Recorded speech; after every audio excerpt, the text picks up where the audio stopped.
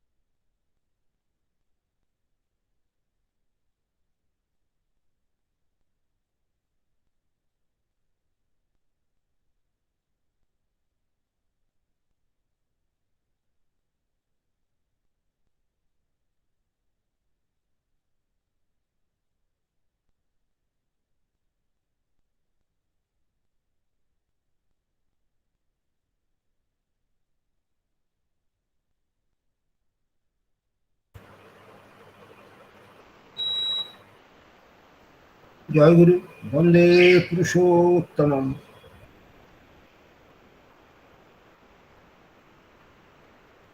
আমাদের শ্রী শ্রী ঠাকুরের বিনতি প্রার্থনা এবং নামজপ শেষ হলো। এখন শ্রী শ্রী ঠাকুরের অমেয় গ্রন্থাদি পাঠে যাব। প্রথমে শ্রী শ্রী ঠাকুরের শ্রীহস্ত লিখিত গ্রন্থ সত্যানুসরণ পাঠ হবে। 2 জন দাদা সহপ্রতিনিধিক তাঁরা পাঠ করবেন। প্রথমে শ্রদ্ধেয় মৃণাল কান্তি বিশ্বাস দা, এসপিআর দাদা বিরাটি থেকে সত্যানুসরণ গ্রন্থ পাঠ করবেন। তারপরে শ্রদ্ধেয় চন্দ্রকান্ত মণ্ডল দা, তিনিও এসপিআর তামিলনাড়ু থেকে সত্যানুসরণ পাঠ করবেন। শ্রদ্ধেয় মৃণাল কান্তি বিশ্বাস দা এখন সত্যানুসরণ পাঠ করছেন বিরাটি থেকে। শ্রী শ্রী ঠাকুরের দীক্ষাদাতা করবেন। মৃণাল দা, জয়গুরু।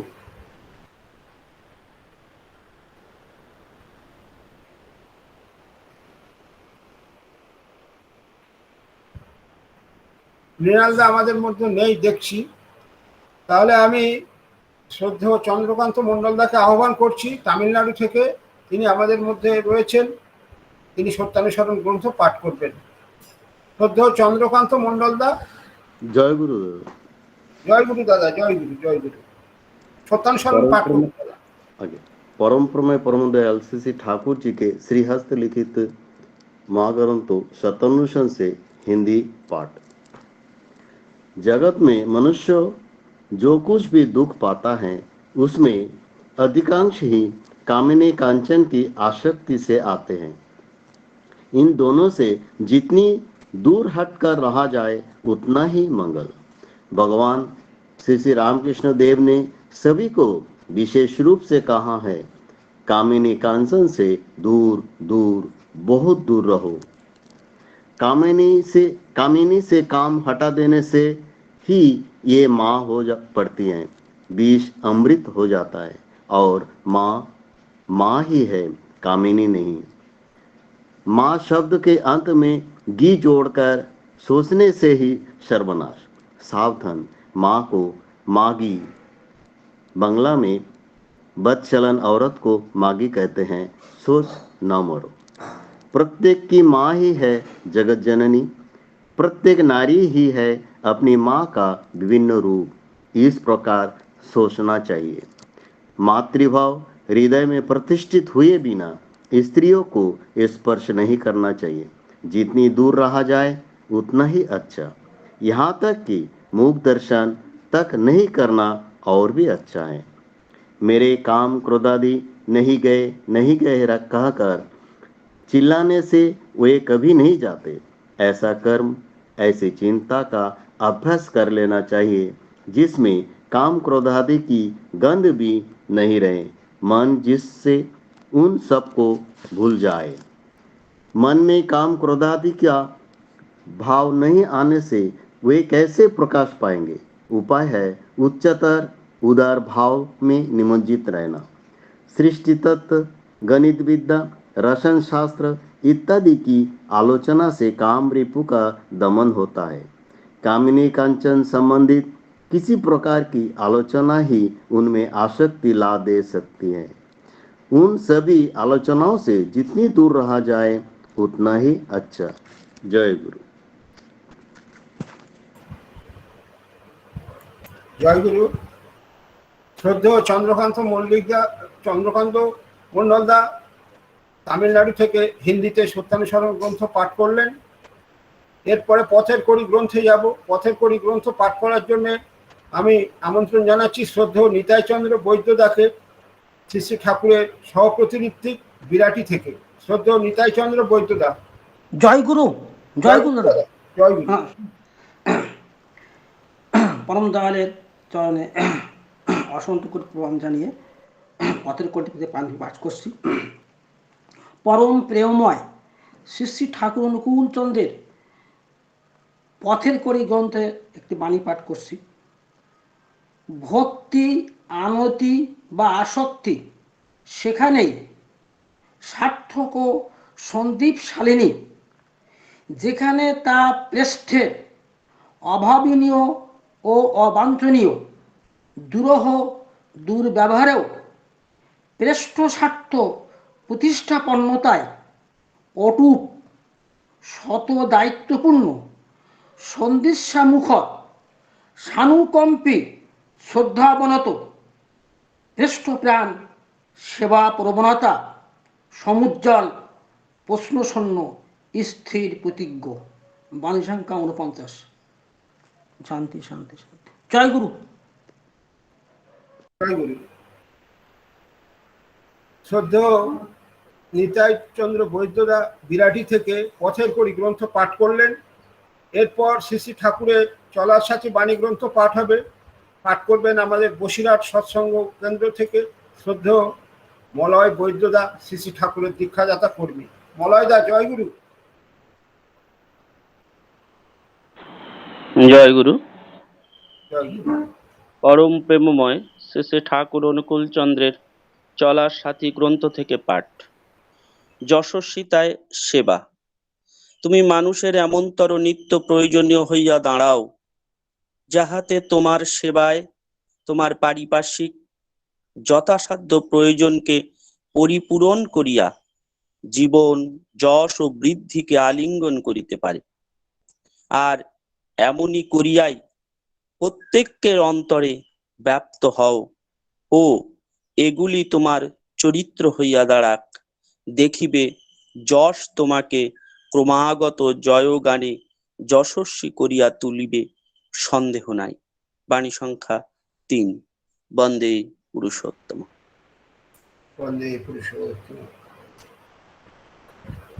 শ্রদ্ধেয় মলয় বৈদ্যদা চলার সাথী গ্রন্থ পাঠ করলেন বসিরহাট সৎসঙ্গ কেন্দ্র থেকে। এরপরে আমি শ্রদ্ধেয় সুনীল বিশ্বাসদাকে আমন্ত্রণ জানাচ্ছি শ্রী শ্রী ঠাকুরের দীক্ষাদাতা কর্মী নিউ টাউন থেকে অনুশ্রুতি গ্রন্থ পাঠের জন্য। শ্রদ্ধেয় Shri Sunil Kumar Biswas, SPR, new town. জয়গুরু সুনীল দা। জয়গুরু। জয়গুরু, জয়গুরু, সকলকে জয়গুরু। আমি পরম প্রেমময় ঠাকুরের অনুস্মৃতি গ্রন্থ থেকে একটি অংশ পাঠ করছি। বিষয়টা হচ্ছে সস্যনী ব্রত বিধি। এখানে 5টি বিধি উল্লেখ আছে, বাণীগুলো ছন্দের আকারে লিপিবদ্ধ আছে, আমি পরপর পাঠ করে যাচ্ছি। প্রথমত, শ্রীবিগ্রহ মন্দির ভেবে যত্ন করিস শরীরটাকে, সহনপটু সুস্থ রাখিস, বিধি মাফিক চালাস তাকে। 2 নম্বর, যে কাজই যা ভালো বলে বুঝ সমঝে আসবে রে তোর, কর্মে তার তৎক্ষণাৎই ফুটিয়ে তুলিস হয়ে ভোর। তৃতীয়ত, পাড়াপড়শির বাঁচা বাড়া রাখিস সে তুই স্বার্থ টান, তাদের ভালোই চেতিয়ে তুলিস ঈশানক করে প্রাণ। চতুর্থত, প্রবৃত্তর যখন যেমন যেভাবেই উঁকি মারুক, ইষ্ট স্বার্থ প্রতিষ্ঠাতে ঘুরিয়ে দিবি তার সে ঝোঁক। পঞ্চম বিধি, নিজের খাওয়া দাওয়ার আগে শক্তি মতো যেমন পারিস, ইষ্ট ভোজ্য ভক্তি ভরে সূচিতে নিবেদন করিস। এই নিয়মে নিত্যদিন প্রতি কাজেই সর্বক্ষণ সস্যনী নিয়মগুলি পালিশ দিয়ে অটুট মন। 30টা দিন পুড়ে গেলেই 3 টাকা সদক্ষিণায় ইষ্ট ভোজ্য পাঠিয়ে বাঁচি মজুত রাখবি বর্ধনায়। চিরজীবন এমনই করে ইষ্ট লাগে হয় নিরত, তাকেই বলে সস্যনী সবার সেরা মহান ব্রত। জয়গুরু, সকলকে জয়গুরু। জয়গুরু। শ্রদ্ধেয় সুনীল বিশ্বাসদা নিউ টাউন থেকে অনুশ্রুতি গ্রন্থ পাঠ করলেন সস্তনী বিষয়ক। এরপরে বিবাহ বিধায়না গ্রন্থ পাঠ হবে। পুরিয়া থেকে শ্রদ্ধেয় সুভাষ চক্রবর্তী দা পাঠ করবেন। সুভাষ দা, জয়গুরু। হ্যাঁ, জয়গুরু দাদা। হ্যাঁ।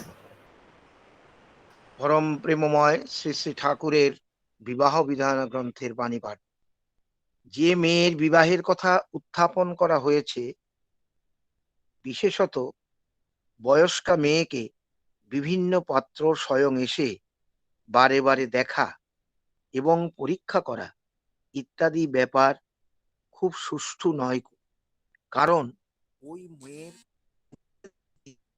আকর্ষণ সৃষ্টি হলে যদি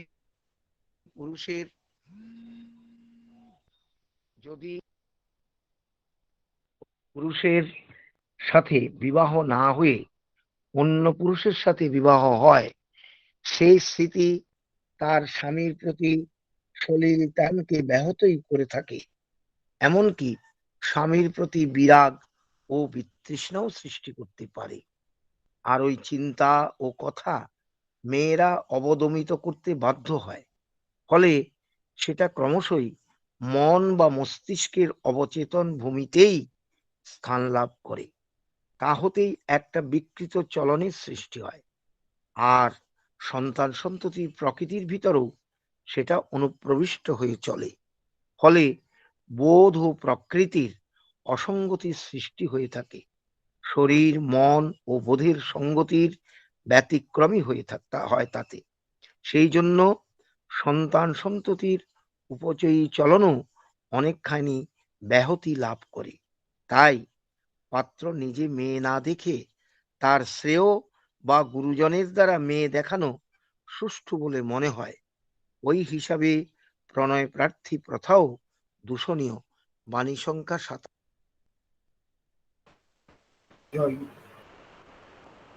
শ্রদ্ধেয় সুভাষদা গড়িয়া থেকে, জয়গুরু জয়গুরু, গড়িয়া থেকে তিনি শ্রী শ্রী ঠাকুরের বিবাহ বিধায়না গ্রন্থ পাঠ করলেন।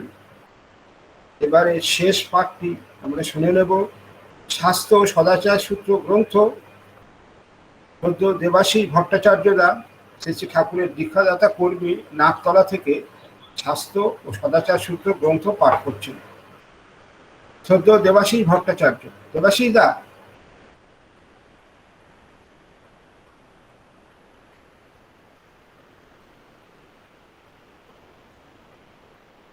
দেবাশিস দা, আপনি কি আমাদের মধ্যে আছেন?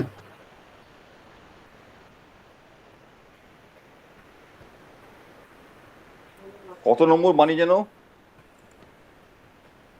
কোনো বাণী নেই, এখানে আছে স্বাস্থ্য সদাচার সূত্রে দেবাশিস দা পাঠ করবেন। দেবাশিস ভট্টাচার্যদার নাম আছে। ঠিক ঠিক আছে, আমি পাঠ করছি। হ্যাঁ দাদা, পাঠ পরম করুন। প্রিয়ময় শ্রী ঠাকুর অনুকূলচন্দ্রের স্বাস্থ্য সদাচার সূত্র গ্রন্থ থেকে পাঠ। সব খাদ্যই, বিশেষত জান্তব যাকে হত্যা করে খেতে হয়, শঙ্কা, দুদুক্ষু, বোধ বিকার ও বোধ ত্রাস কুঞ্চিত এমনতর ভাবেই তার কৌশিক দানাগুলিকে বিকৃত ও বিষাক্ত করে তোলে, যে তা অতুগ্র উত্তাপেও অন্য পরিণতি লাভ করে কমই। ফলে ওই খাদ্য দেহে সংশোধিত হয়ে অল্প বা অকারণ ত্রাসের উদ্দীপনায় ক্রম তাৎপর্যে এমনতর মৃত্যু অভিনিবেশের সৃষ্টি করে, যার ফলে কৌশিক বিধানও বিকৃতি লাভ করে ক্রমশই, এবং তা জন্মগত আয়ুকেও ক্ষীণ করে তোলে। রোগ, শোক, দুঃখ, দারিদ্র, বিপর্যয়ের সৃষ্টি করে সংখ্যা দুঃখিত বিপর্যয় এনে। এর ফলে মানুষ হঠাৎ বা ধীরে ধীরে এমনতরই অবসাদগ্রস্ত হয়ে ওঠে যে জীবন বীর্য তার বধি সন্দীপনা নিয়ে আত্মঘাতী অভিঘাতে গা এলিয়ে দিয়ে চলে। সত্তা বিরোধী অন্তরায়ের বিরুদ্ধে সে মল্ল কৌশল নিয়ে দাঁড়াতে পারে কমই। আর আমার মনে হয় সেই জন্য যজ্ঞেও পশুবধ বিধি বিগ্রহিত। মহাভারতে আছে বীজস্য গ্যাসু ষষ্ঠব্যমিতি বই বৈদিকী শ্রুতি।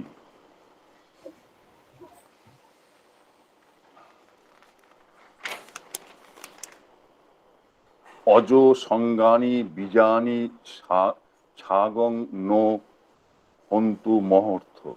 আবার চণ্ডীতেও পাওয়া যায় তেসাং কিল সুরা মাংসই নত্তা পূজা নিপ কচ্চিত প্রণমা চমনিশ্চ চন্দনেন সুগন্ধিনা।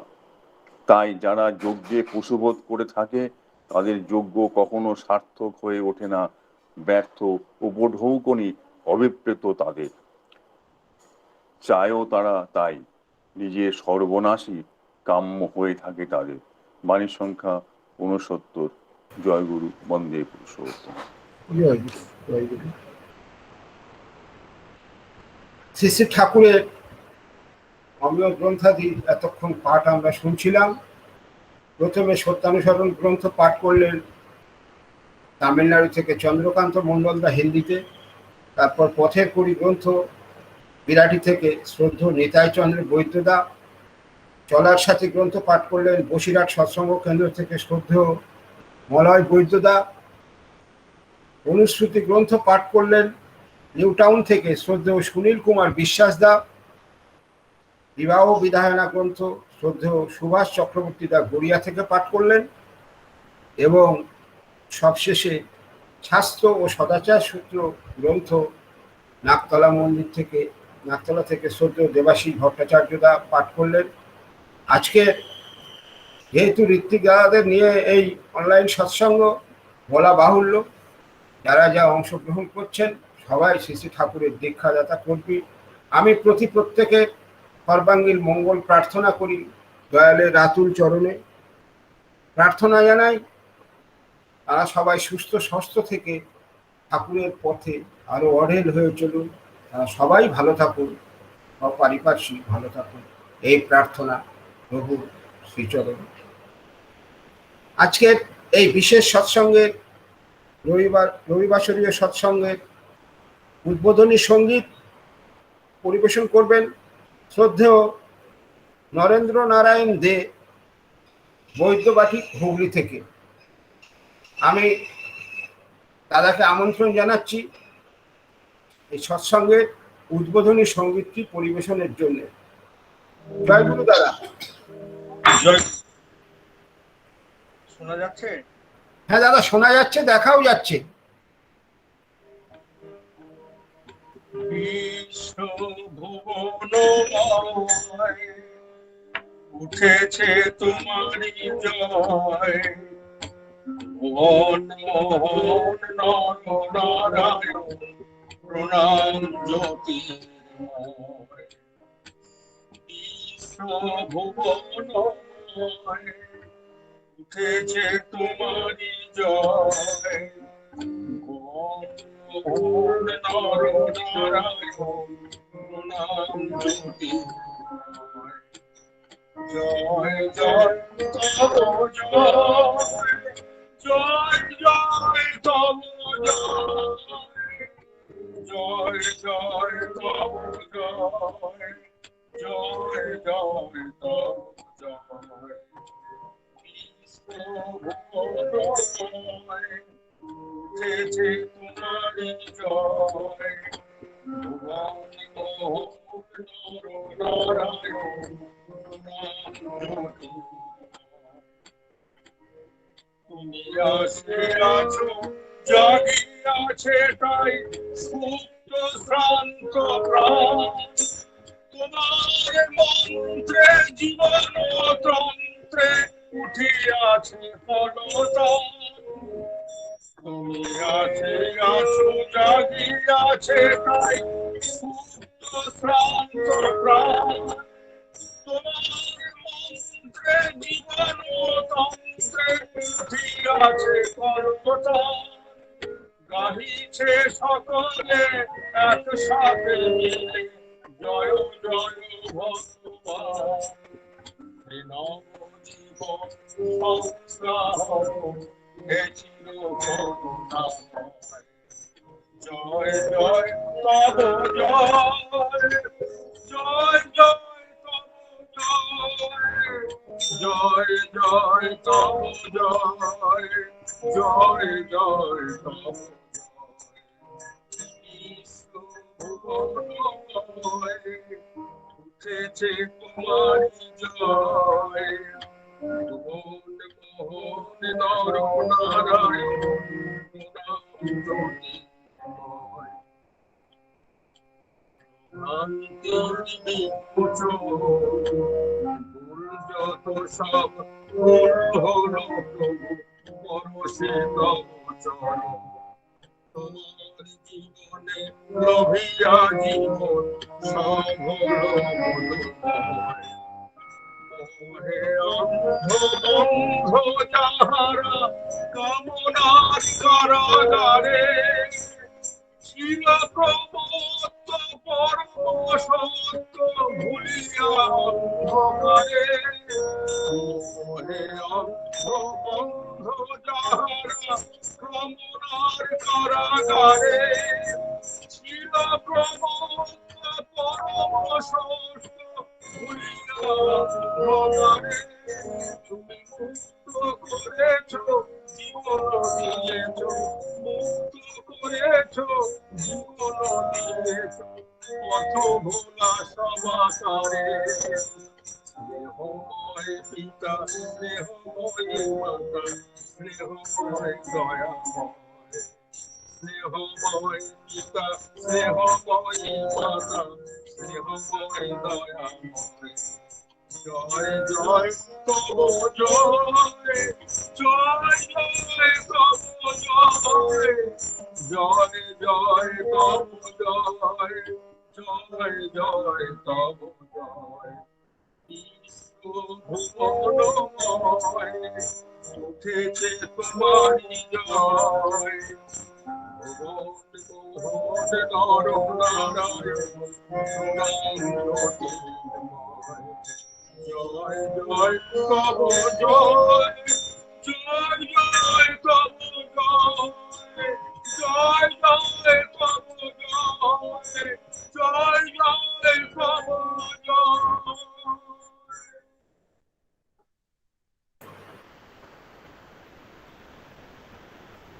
জয় গুরু, জয় গুরু, জয় গুরু। আমরা শ্রদ্ধেয় নরেন্দ্র নারায়ণ দে দাদার কাছ থেকে, বৈদ্যবাটি হুগলি থেকে আজকের এই অসাধারণ পুরনো সঙ্গীতটি তিনি পরিবেশন করলেন উদ্বোধনী সঙ্গীত হিসাবে। এটা বহু পুরনো গান দাদা পরিবেশন করলেন, খুব ভালো লাগলো। আমরা সবাই এই পুরনো গানটা শুনলাম, অনেকদিন পরে এই গানটা আমরা শুনলাম আজকের এই সৎসঙ্গে। পরমপিতা রাতুল শ্রীচরণে দাদার শ্রদ্ধেয় নরেন্দ্র দাস পরিবার এবং সবাইকে নিয়ে তিনি ভালো থাকুন, সুন্দর থাকুন, প্রভু রাঙা চরণে এই একান্ত প্রার্থনা আমার।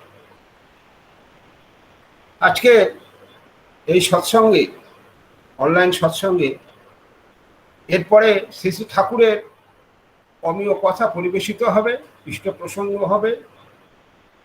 আজকের এই যে টপিকস ঠিক করা হয়েছে, যে subject, duties of a worker as a satsangi, duties of a worker as a সৎসঙ্গী।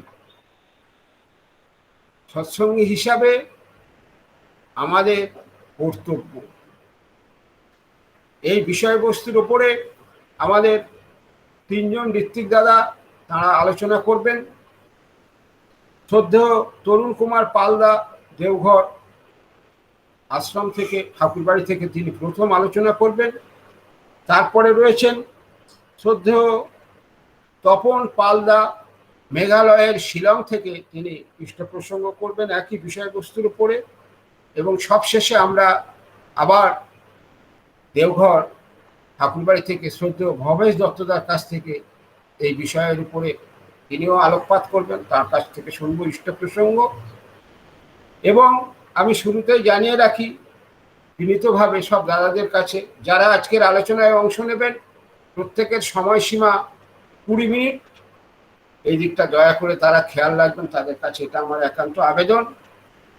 আমি প্রথমেই শ্রদ্ধেয় তরুণ পালদাকে, যিনি আজকের আমাদের সৎসঙ্গে প্রথমে প্রার্থনা শুরু করেছিলেন 7টা 5-এ, তরুণ পালদাকে আমন্ত্রণ জানাচ্ছি এই বিষয়ে আলোকপাত করার জন্যে। তরুণদার সম্বন্ধে আর কোনো নতুন করে পরিচয় দেওয়ার কিছুই নেই, আপনারা সবাই জানেন, সবাই চেনেন।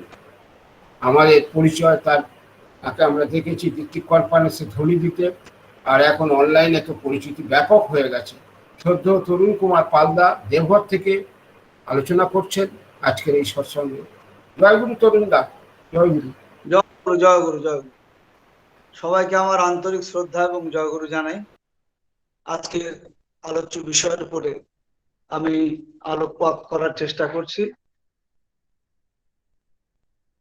আমাদের সৎসঙ্গের যে মুখপত্র আলোচনা পত্রিকা, তার আগে আরেকটি মুখপত্র আমাদের ছিল, যেটি হচ্ছে ঋত্বিক পত্রিকা। সেই ঋত্বিক পত্রিকার প্রথম বর্ষ, প্রথম সংখ্যাতে কর্মীদের প্রতি শ্রী শ্রী ঠাকুর কি ভাব ব্যক্ত করেছেন সেটা প্রকাশিত হয়েছিল। আমি প্রথমে সেই ঠাকুরের নির্দেশগুলো আমি, আপনারা সকলেই জানেন হয়তো, তবু আমি আরেকবার আমি এটাকে পাঠ করতে চাই, যে আমাদের সবসময় আমাদের যারা বিশেষ করে ঋত্বিক কর্মী, তাদের এই বিষয়গুলোকে মাথায় রাখা দরকার। বারে বারে শুনতে শুনতে, বারে বারে পড়তে পড়তে, বারে বারে জানতে জানতে সেটা আমাদের হৃদয়ঙ্গম হয়, আমাদের মাথায় থাকে। পরম দয়াল শ্রী শ্রী ঠাকুর বলছেন, 1 নম্বর, কর্মীদের নূতন জায়গায় যেতে গেলে ভাষা ব্যবহার সব শিক্ষা করতে হবে। 2 নম্বর, প্রত্যেক কর্মীর কর্মী সংগ্রহ হচ্ছে প্রধান কাজ। কর্মীর অভাব মানে কর্মী সংগ্রহ করো না। এইভাবে বিছিয়ে যাও, তোমরা সর্বত্র ছেয়ে পড়বে, তোমাদের অসাধ্য কাণ্ড নেই। পরম দয়ালের কি আশা, তিনি পরিষ্কার করে বলছেন যে তোমাদের অসাধ্য কাণ্ড নেই। তিনি আমাদেরকে কিভাবে দেখতে চান। 3 নম্বরে বলছেন, ঋত্বিকদের না চাইতেই হৃদয় উপচে দেবে এমনতর প্রীতি অবদানই উপজীব্য। চেয়ে চেয়ে খাবো, প্রতি পদে মানুষের কাছে হাত পাতবো, মানুষকে উত্ত্যক্ত করব, এ একটা অপমানকর ব্যাপার। তাহলে পুরোহিতদের আজ যে অবস্থা, সেই অবস্থার সৃষ্টি হবে, কোনো সম্মান বা মর্যাদা থাকবে না। ঠাকুর আমাদের সচেতন করিয়ে দিলেন। 4 নম্বর, একটা জেলায় একজন পুরনো সিনিয়র ঋত্বিক গেল, সে অন্যান্য সহপ্রতি ঋত্বিকদের এরিয়া ভাগ করে দেবে। তারা সেইভাবে যদি কাজ করে ভালো, নচেত টোপলা টাপলা নিয়ে সেখান থেকে চলে আসবে। 5, আমাদের অনেস্ট হতে হবে, ইষ্ট স্বার্থই আমাদের স্বার্থ হবে, প্রত্যাশাহীন, নির্লোভ ও স্বার্থ সন্ধি হতে হবে, নইলে প্রত্যেক জায়গা থেকে ঠকে আসতে হবে। 6, একজন কর্মীর কর্মক্ষেত্রে আর একজন গেলে যদি একজন কর্মীর ক্ষেত্রে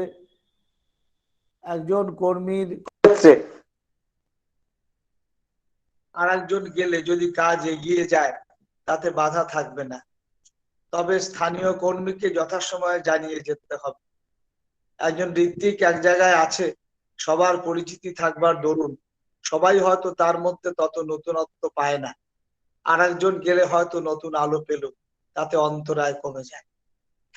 7, ঋত্বিকের অপ্রতিষ্ঠা করলে সংহতিকেই নষ্ট করা হয়, তাই সাধারণের কাছে ঋত্বিককে সুকৌশলে রক্ষণ ও ধারণ করাই লাগবে। 8, এই কটি বিষয়।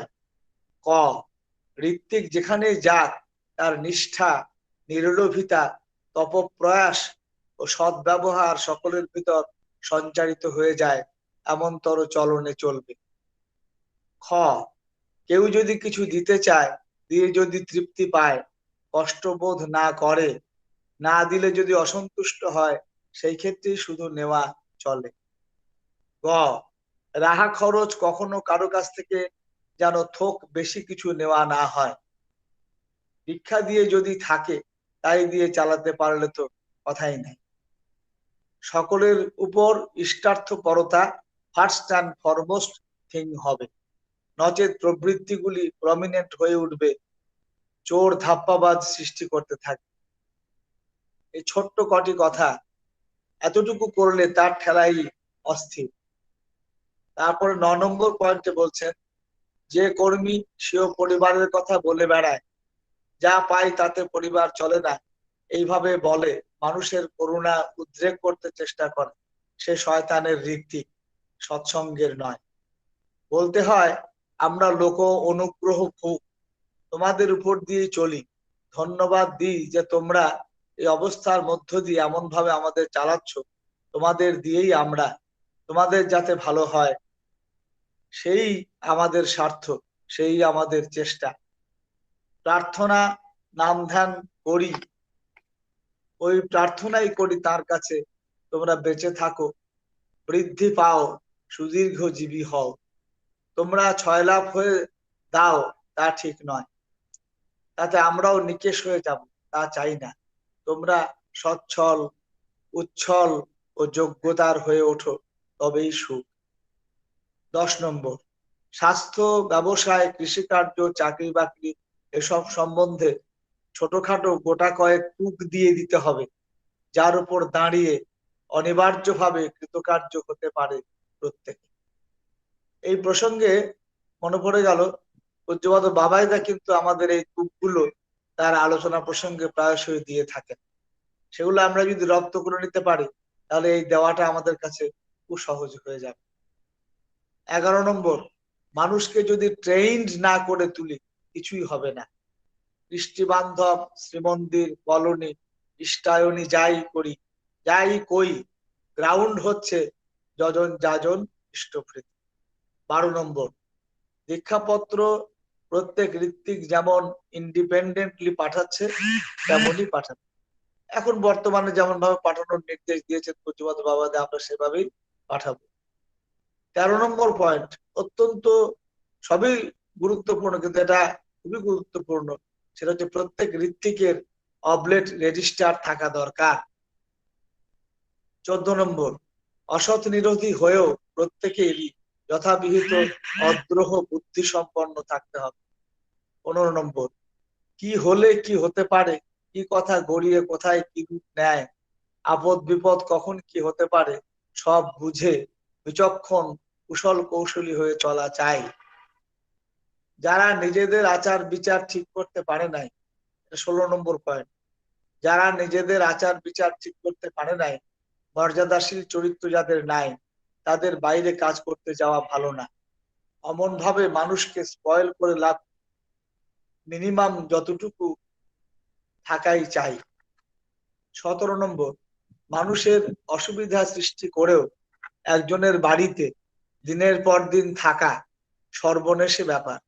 খুব সশ্রদ্ধ আগ্রহশীল হলেও 3 দিনের বেশি এক জায়গায় থাকা ভালো নয়। জায়গা মতো একবেলা থেকেই তার আগ্রহ থাকতে থাকতেই অন্য বাড়িতে গিয়ে ওঠা ভালো। 18 নম্বর, কোনো নতুন জায়গায় গেলে সেখানকার বিশিষ্ট লোকের বাড়িতে ওঠা ভালো।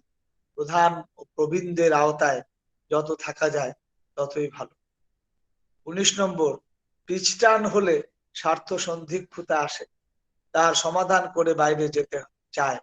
তাই অনেকে অধিবেশনের পর অযথা দেরি করে, ও ভালো না। অধিবেশন শেষ করলে দেখা যায় অনেকে গল্প গুজব এটা ওটা করতে থাকে, সেগুলো না। যদি যাজন থাকে যাজন কর, আদারওয়াইজ গল্প গুজব করা, তার ভাবটা নষ্ট হয়ে যায়। পরমদয়াল শ্রী ঠাকুর সেই ইঙ্গিত দিলেন। ইষ্টার্থ সন্ধিক্ষুতার অপলাপ হয়েছে বুঝলে তখনই প্রাজাপত্য করা ভালো। ছোট অফেন্সে শিশু প্রাজাপত্য, আর বড় হলে পুরোপুরি, আর সেই সঙ্গে তপশ্চরণ চাই আত্মশুদ্ধির জন্য। দণ্ডও নিতে হয় স্বেচ্ছায়। 22 নম্বর, পয়সা জুটলে ত্রৈমাসিক পত্রিকা একটা বের করবে, প্রত্যেক ঋত্বিক তাতে কন্ট্রিবিউট করবে। মিনিমাম জিস্ট এইটুকু, এরপরে যত বেশি পারো করবে। তো এই যে পরম দয়ালের 22 দফা নির্দেশ, এটা আমাদের প্রত্যেকের মাথায় রাখতে হবে বিশেষ করে। তো সে প্রসঙ্গে দুটো ছোট ছোট ছড়া মনে পড়ে যাচ্ছে। পরম দয়াল শ্রী ঠাকুর বলছেন, তারণ পীড়ন ভৎসনাতেও ইষ্ট নেশা না ভাঙ্গে, কুৎসিতেরই কুটিল চলায় সত্তা যেন না রাঙে। নিষ্ঠা ভাঙা ঋত্বিক হলে দীক্ষা তাহার ব্যর্থ, প্রবৃত্তি তাদের স্বার্থ হয়ে খুঁজে বেড়ায় অর্থ। আর পরম পূজ্যপাদ আচার্যদেব শ্রী দাদা একদিন এক ঋত্বিক সম্মেলনে যে কয়েকটি কথা, অমূল্য কথা আশীর্বাদ স্বরূপ বললেন, সেটা দিয়ে আমি আজকে আমার বক্তব্য শেষ করব। তিনি বলছেন যে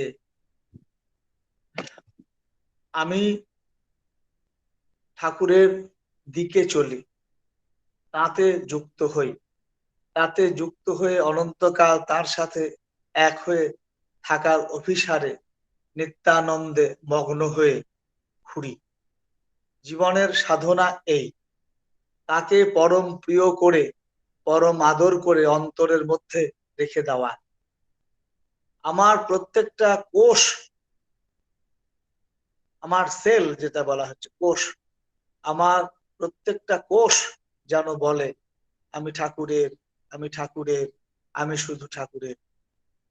বাছাই করার যখন সময় হয় ঠাকুরকে কিংবা আর কিছুকে, তখন বলি আমার কিছু লাগে না, শুধু ঠাকুরকে লাগে।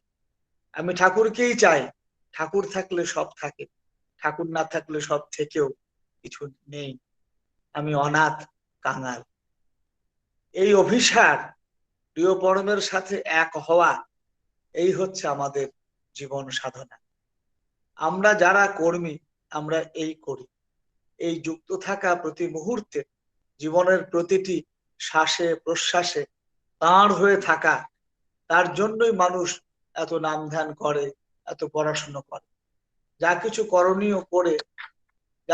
করণীয় করে তার সাথে এক হয়ে থাকার জন্য।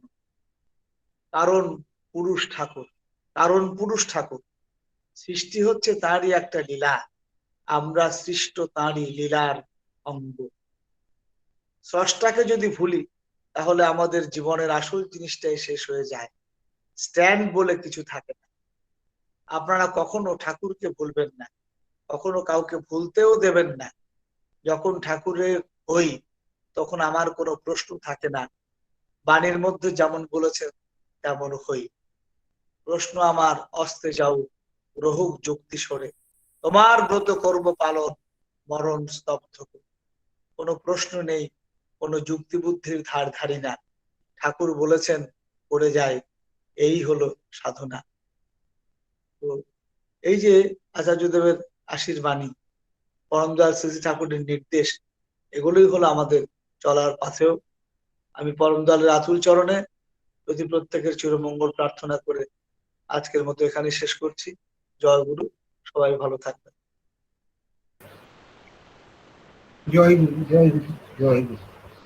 শ্রদ্ধেয় তরুণদা খুব সুন্দরভাবে শ্রী শ্রী ঠাকুরের 22 দফা কর্মসূচি, আচার্যদেবের ঋত্বিক সম্মেলনে যে আশীর্বাণী আমাদের সামনে তুলে ধরলেন, এগুলো আমাদের মাঝে মধ্যে আলোচনা পত্রিকায় আমরা পাই।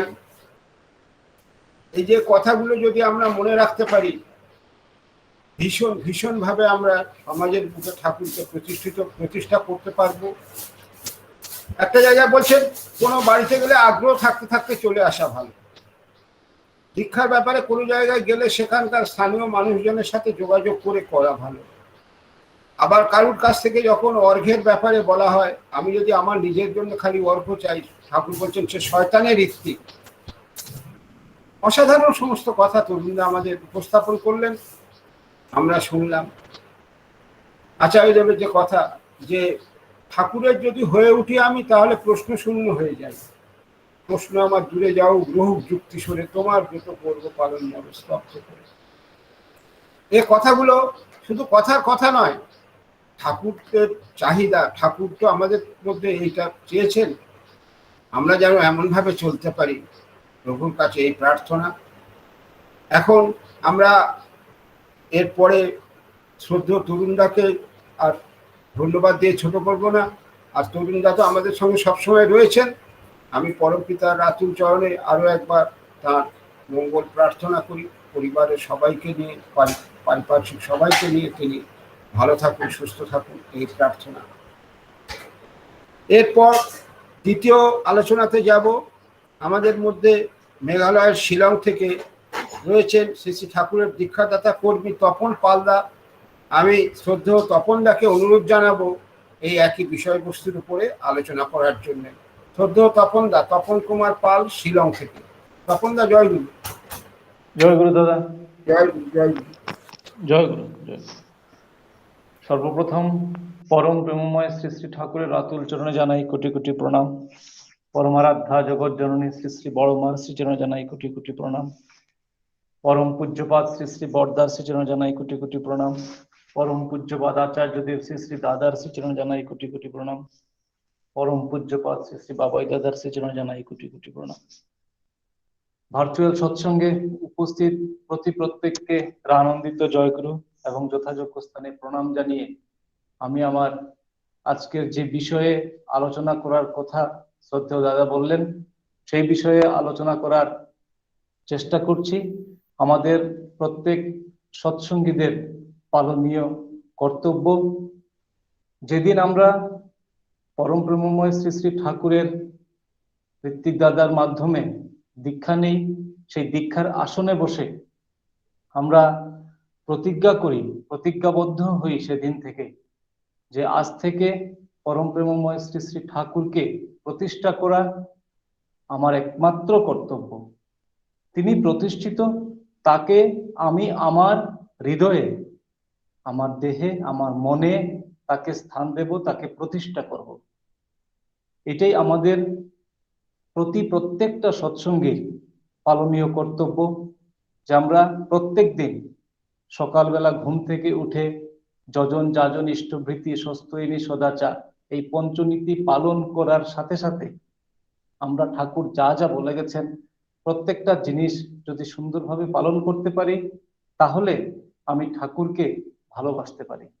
আচার্যদেব শ্রী শ্রী দাদার একটা কথা মনে পড়ে, তিনি বলতেন, শিলংয়েও বলেছেন, বহু জায়গায় বলেছেন, যে যারা দুবেলা প্রার্থনা করেন, নাম ধ্যান করেন, যজন যাজন ইষ্টভৃতি স্বস্ত্যয়িনী সদাচার পালন করেন, ঠিকভাবে যারা এগুলা পালন করছেন তারা ভাবতেই পারেন যে তারা প্রত্যেকে শ্রী শ্রী ঠাকুরের কুলে বসে আছেন।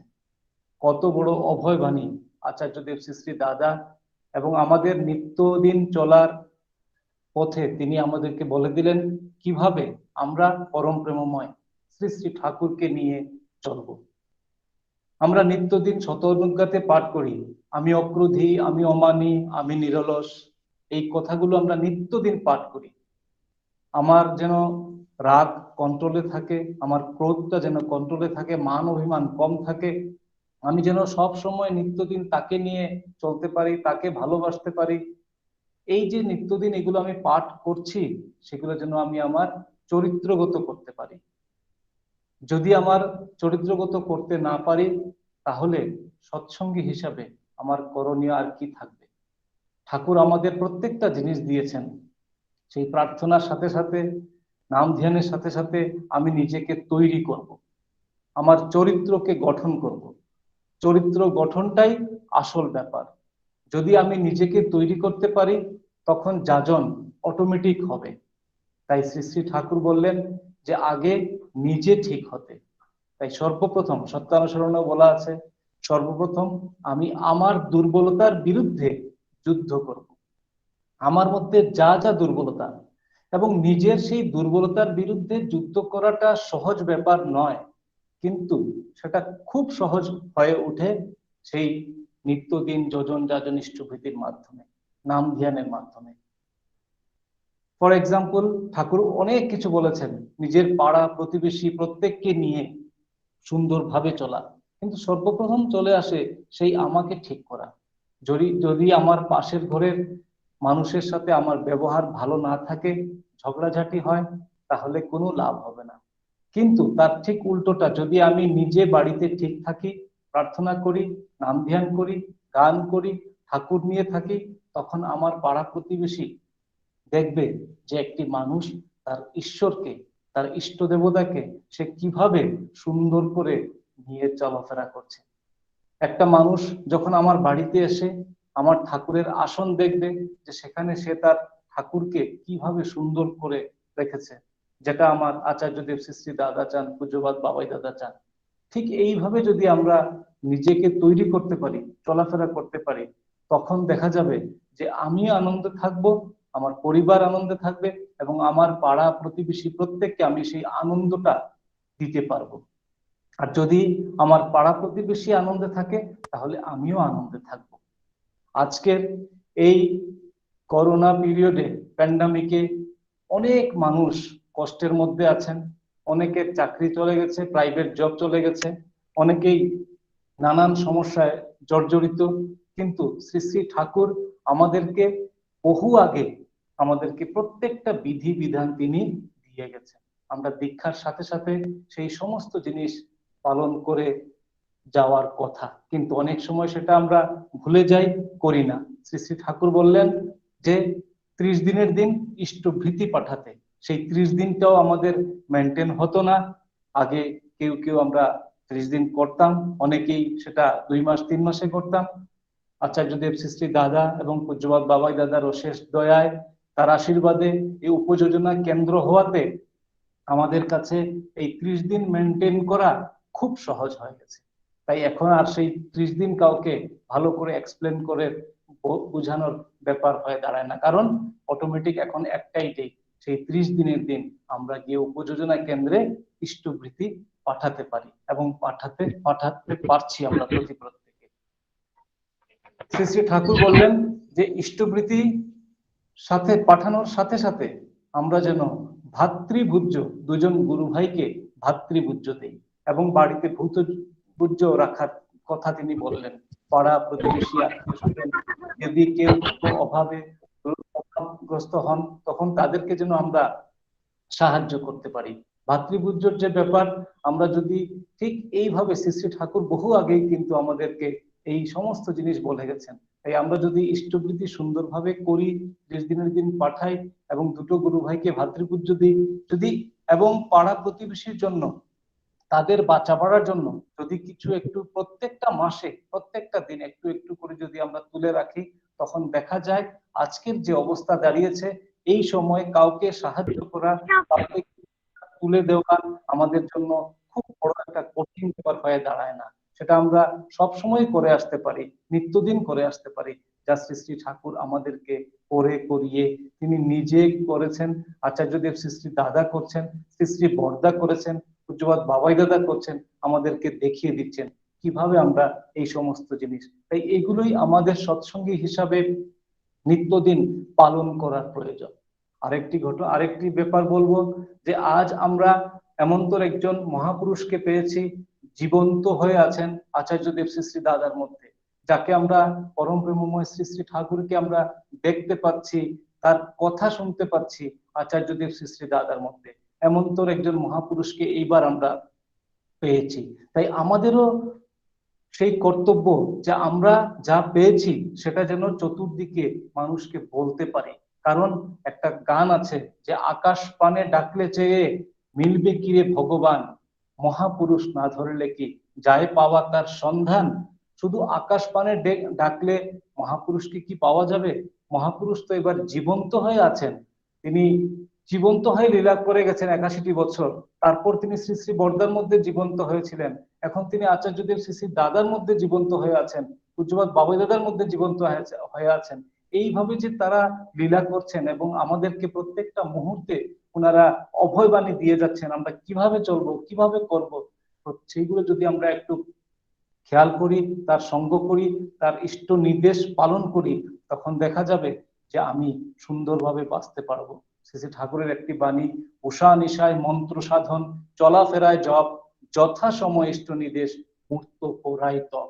শ্রী শ্রী ঠাকুরের এই বাণী যদি আমি নিষ্ঠা সহকারে পালন করতে পারি, আমরা প্রত্যেকটা সৎসঙ্গী এই একটি বাণী যদি সুন্দরভাবে পালন করতে পারি, ঠাকুরের সব বাণী আমাদের পালন করা হবে। উষা নিশায় মন্ত্র সাধন, চলাফেরায় জপ, যথা সময় ইষ্ট নির্দেশ, মূর্ত করাই তপ। আরেকটা জিনিস আমরা দেখি, সৎসঙ্গে আচার্য পরম্পরা থাকাতে এই সুবিধাটা আমাদের হয়েছে, কিভাবে পিতা পুত্রের লীলা অহরহ চলছে। শ্রী শ্রী ঠাকুর, শ্রী শ্রী বরদা আচার্যদেব শ্রী শ্রী দাদা, আচার্যদেব শ্রী শ্রী দাদা, পূজ্যপাদ বাবাই দাদা শ্রী শ্রী অবিন দাদা, এই যে পিতা পুত্রের লীলা ঠাকুর করে যাচ্ছেন, আমরা তার থেকে অনেক কিছু শিক্ষা নিতে পারি। আমার এই জেনারেশন, আমার পরবর্তী জেনারেশন, কোনো গ্যাপ হবে না, আমরা সব সময় শ্রী শ্রী ঠাকুরকে জীবন্ত রূপে পাচ্ছি। এইগুলো আমাদের প্রত্যেকের করণীয়। আচার্যদেবকে মানা, তার কথা শোনা, ইষ্ট নির্দেশ পালন করা, যজন যাজন ইষ্টভৃতির মাধ্যমে পাড়া প্রতিবেশী প্রত্যেকটা মানুষকে যেন আমরা ইষ্টমুখী করে তুলতে পারি। আচার্যদেব শ্রী শ্রী দাদার সেই 3.5 কোটি দীক্ষা তিনি যা বলেছেন সেটা যেন আমরা প্রত্যেককে করতে পারি। আজ এই করোনাতে অনেক অসুবিধা হয়েছে, অনেক মানুষ রোগগ্রস্ত, অনেক মানুষ মারা গেছেন, অনেক মানুষ অসুবিধার মধ্যে আছেন, কিন্তু তার মধ্যেও আজকে আমরা অনেক কিছু জানতে পেরেছি, শিখতে পেরেছি। আগে এক আঞ্চলিক নিজের পাড়াকে নিয়ে বা নিজের এরিয়াতে আমরা ব্যস্ত ছিলাম, দেওঘর যেতাম, আচার্য সঙ্গ করতাম, কিন্তু আজকে যেভাবে এই সমগ্র পৃথিবীতে এই ভার্চুয়াল সৎসঙ্গের মাধ্যমে আমরা এক জায়গায় বসে পৃথিবীর বিভিন্ন জায়গায় গুরু ভাইদের গান শুনতে পাচ্ছি, আলোচনা শুনতে পাচ্ছি, সৎসঙ্গ অ্যাটেন্ড করতে পারছি, এটাই আমাদের কাছে অনেক বড় পাওনা, অনেক বড় পাওয়া। ঠাকুরকে আরো ভালো করে বোঝার আমরা সুযোগ পেয়েছি, বই পড়ার সুযোগ পেয়েছি, নাম ধ্যান করার সুযোগ পেয়েছি, নিত্যদিন ইষ্ট নির্দেশ যা যা আসছে। গতকালও আচার্যদেব শ্রী শ্রী দাদা দেওঘরে বসে, দেওঘরে শিলংয়ের একটি ছেলে, সে হসপিটালে কাজ করে, আমাদের সোনা ভাই, তাকে বলছিলেন এই শিলংয়ের কি খবর রে? তখন সে বলছিল আগে ভালো। তখন তিনি খবর পাঠালেন, নির্দেশ পাঠালেন, আশীর্বাদ পাঠালেন যে সবাইকে বলবে, শিলং, মেঘালয় এবং প্রত্যেকটা জায়গা সবাইকে বলবে যেন সবাই ভালো থাকে, যেন সরকারের নির্দেশ আমরা পালন করে চলি, যেন অযথা এই রোগগ্রস্ত না হই, রোগটাকে যেন ডেকে না আনি, সবাইকে তিনি ভালো থাকার জন্য আশীর্বাদ করলেন। তো এইগুলো আমরা সব সময় পেয়ে যাচ্ছি, নিত্যদিন পেয়ে যাচ্ছি। তাই আমরা ভাগ্যবান যে এইবার আমরা এই জীবন কতটা তো জানি না, পূজনীয় বাবা দাদা একটা কথা বলেন যে জীবন তো ভাই একটাই, চলো এই জীবনটাকে খুব ভালো করে উপভোগ করি, এই মুহূর্তটাকে উপভোগ করি। এই মুহূর্তে আমি জীবিত আছি, আমি ঠাকুরকে দেখতে পাচ্ছি আচার্যদেবের মধ্যে, তাকে উপভোগ করি, তাকে ভালোবাসি, তখন দেখা যাবে যে আমি খুব ভালো আছি, খুব সুন্দরভাবে আমরা আছি। এবং সত্যি তাই। আর সৎসঙ্গীরা কিন্তু এই এত অভাব, এবং আগামী দিনে আরো বড় কিছু হতে পারে, তার মধ্যে দিয়ে কিন্তু আমরা সুন্দরভাবেও থাকবো এবং প্রত্যেকটা মানুষকে আমরা সুন্দরভাবে রাখতে পারবো। তাই সৎসঙ্গী হিসাবে আমাদের এই সমস্ত পালনীয় যোজন যাজন ইষ্টভীতি যদি সুন্দরভাবে পালন করতে পারি, উপযোজনা কেন্দ্রকে আরো সুন্দর করতে পারি, যারা যারা এখনো ইষ্টভীতি করছেন না বা পাঠাচ্ছেন না, তাদেরকে যদি একটু উদ্বুদ্ধ করতে পারি এবং নতুন মানুষকে আরো যাজন করে যদি উদ্বুদ্ধ করতে পারি, তখন আমার ভালো, আমার পাড়া প্রতিবেশী প্রত্যেকের ভালো হবে। আমি আচার্যদেব শ্রী শ্রী দাদার একটি বাস্তব ঘটনা, তিনি দয়া করে শিলংয়ে আসেন এবং দয়া করে তিনি আসতেন, তাই আমরা অনেক উপকৃত হয়েছি, অনেক জিনিস জানতে পেরেছি। পিতা পুত্রের লীলা নিজের চোখে এখানে আমরা দাঁড়িয়ে দেখতে পেরেছি, দেওঘরেও দেখেছি, শিলংয়েও দেখেছি আচার্যদেব শ্রী শ্রী দাদা কিভাবে মানুষকে ভালোবাসেন। পূজনীয় বাবাই দাদা বলতেন যে অনেকে ভাবে বাইরে খুব গরম, তাই হয়তো বাবা এই গরম সময়ে জুন জুলাই মাসে শিলংয়ে চলে আসেন, কারণ শিলংয়ে তখন একটু ঠান্ডা, শিলংটা একটু অন্যরকম ওয়েদার, তাই অনেকেই ভাবে যে বাইরের এই গরমের জন্য হয়তো তিনি শিলং চলে আসেন। কিন্তু একদিন সবাই যখন বুঝতে পারবে, তখন সবাই বুঝবে যে তিনি সেই আরামের জন্য কোথাও যান না, তিনি যেখানেই যান মানুষের মঙ্গলের জন্য যান, আমাদেরকে রক্ষা করার জন্য যান, আমাদেরকে বাঁচানোর জন্য যান। তিনি এখানে এসেও বহু মানুষকে, তিনি যখন আসতেন বহু মানুষ আসতো, বহু মানুষ দীক্ষা নিত, জাতি ধর্ম নির্বিশেষে। আমরা এমন একটা জায়গায় থাকি যেখানে বহু ভাষাভাষীর মানুষ থাকেন, বহু ট্রাইবেল মানুষ থাকেন। আমরা দেখেছি যখন পূজনীয় বাবাই দাদা এখানে থাকতেন, ওনারা এসে আসতেন এবং বহু মানুষ দীক্ষা নিত। একবার আচার্যদেব শ্রী শ্রী দাদার একটি ঘটনা বলবো, এই নর্থ ইস্টকে তিনি কিভাবে বাঁচিয়েছেন জাতি ধর্ম নির্বিশেষে। ঠাকুর তো একটা ঘটনা মনে পড়ে যে ঠাকুর সবাইকে রক্ষা করেন, সবাইকে রক্ষা করতে চান, কিন্তু আমরা যেহেতু তার সাথে যুক্ত না, তার কথা শুনি না, তাই আমরা অনেক সময় সেই রক্ষা পাই না, কিন্তু এতে কষ্ট হয় ঠাকুরের। ঠাকুর সবাইকে ডাকেন। ট্রেনে যাতায়াত করছেন একজন দাদা, তিনি ঠাকুরের সাড়া পেয়ে, ডাক পেয়ে তিনি নেমে পড়লেন। নেমে একটু পরে তিনি শুনেন যে সেই ট্রেনটা অ্যাক্সিডেন্ট হয়ে গেছে, বহু মানুষ আহত হয়েছেন। তিনি ঠাকুরের কাছে যান, ঠাকুরকে গিয়ে বলেন, ঠাকুর আপনি যেভাবে আমাকে রক্ষা করেছেন, ঠাকুর আপনি তো সবাইকে ইচ্ছা করলে রক্ষা করতে পারতেন ঠাকুর, ওনারাও তো বাঁচতে পারতো।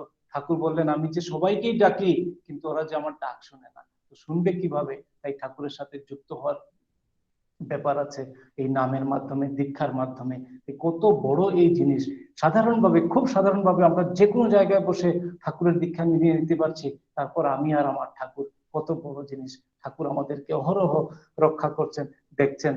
কিন্তু এই দীক্ষা না নিয়েও আচার্যদেব শ্রী শ্রী দাদা, পরম প্রেমময় শ্রী শ্রী ঠাকুর জাতি ধর্ম নির্বিশেষে প্রত্যেকটা মানুষকে তিনি রক্ষা করে যাচ্ছেন। 2016 ইংরেজিতে হঠাৎ ঋত্বিক কনফারেন্স দেওঘরে শেষ হওয়ার পর 31 ডিসেম্বর এবং 1 জানুয়ারি 2016 তিনি দেওঘর থেকে 1 তারিখ কনফারেন্স শেষ হওয়ার পর কোনো প্রোগ্রাম ছিল না।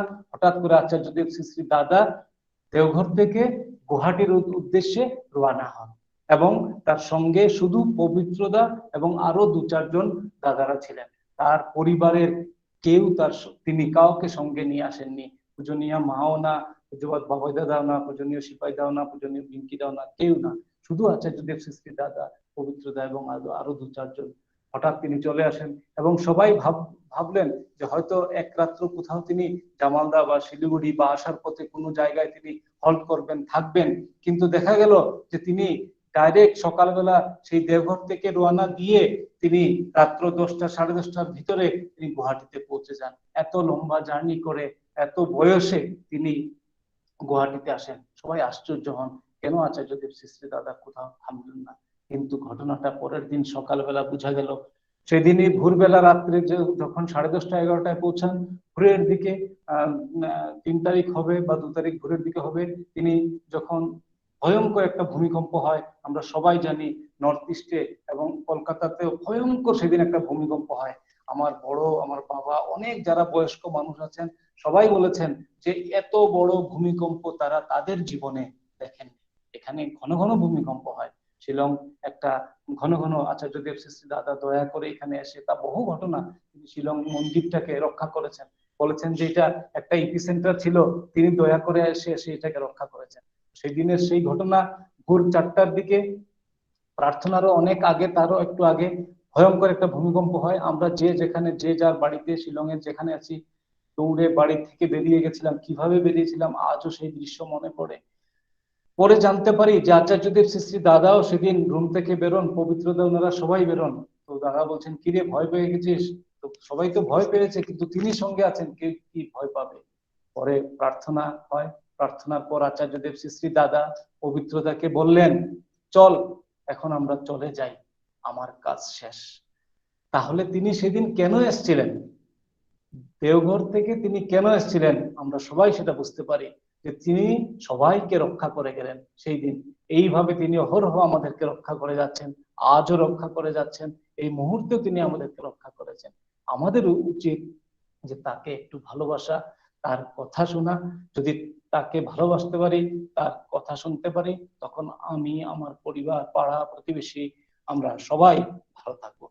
এই বলে এখানেই শেষ করছি। উপস্থিত অনলাইনে যারা যারা ভার্চুয়ালি উপস্থিত আছেন প্রত্যেককে এবং বিশ্ববাসীর মঙ্গল প্রার্থনা করে আমি আমার ইষ্ট প্রসঙ্গ এখানেই শেষ করছি। জয় গুরু দাদা।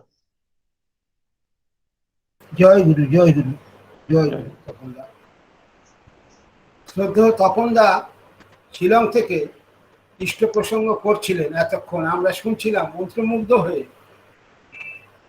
তপনদা প্রথমে একটা পয়েন্ট খুব গুরুত্বপূর্ণ টাচ করে গেছেন, সেটা হলো এই ইষ্টভীতির সঙ্গে ভ্রাতৃভোজ্য ভূতভোজ্যর ব্যাপারটা। এগুলো তো না হলে ইষ্টভীতি নিখুঁত হয় না, আমরা সবাই জানি, কিন্তু আমরা সবাই করি কি?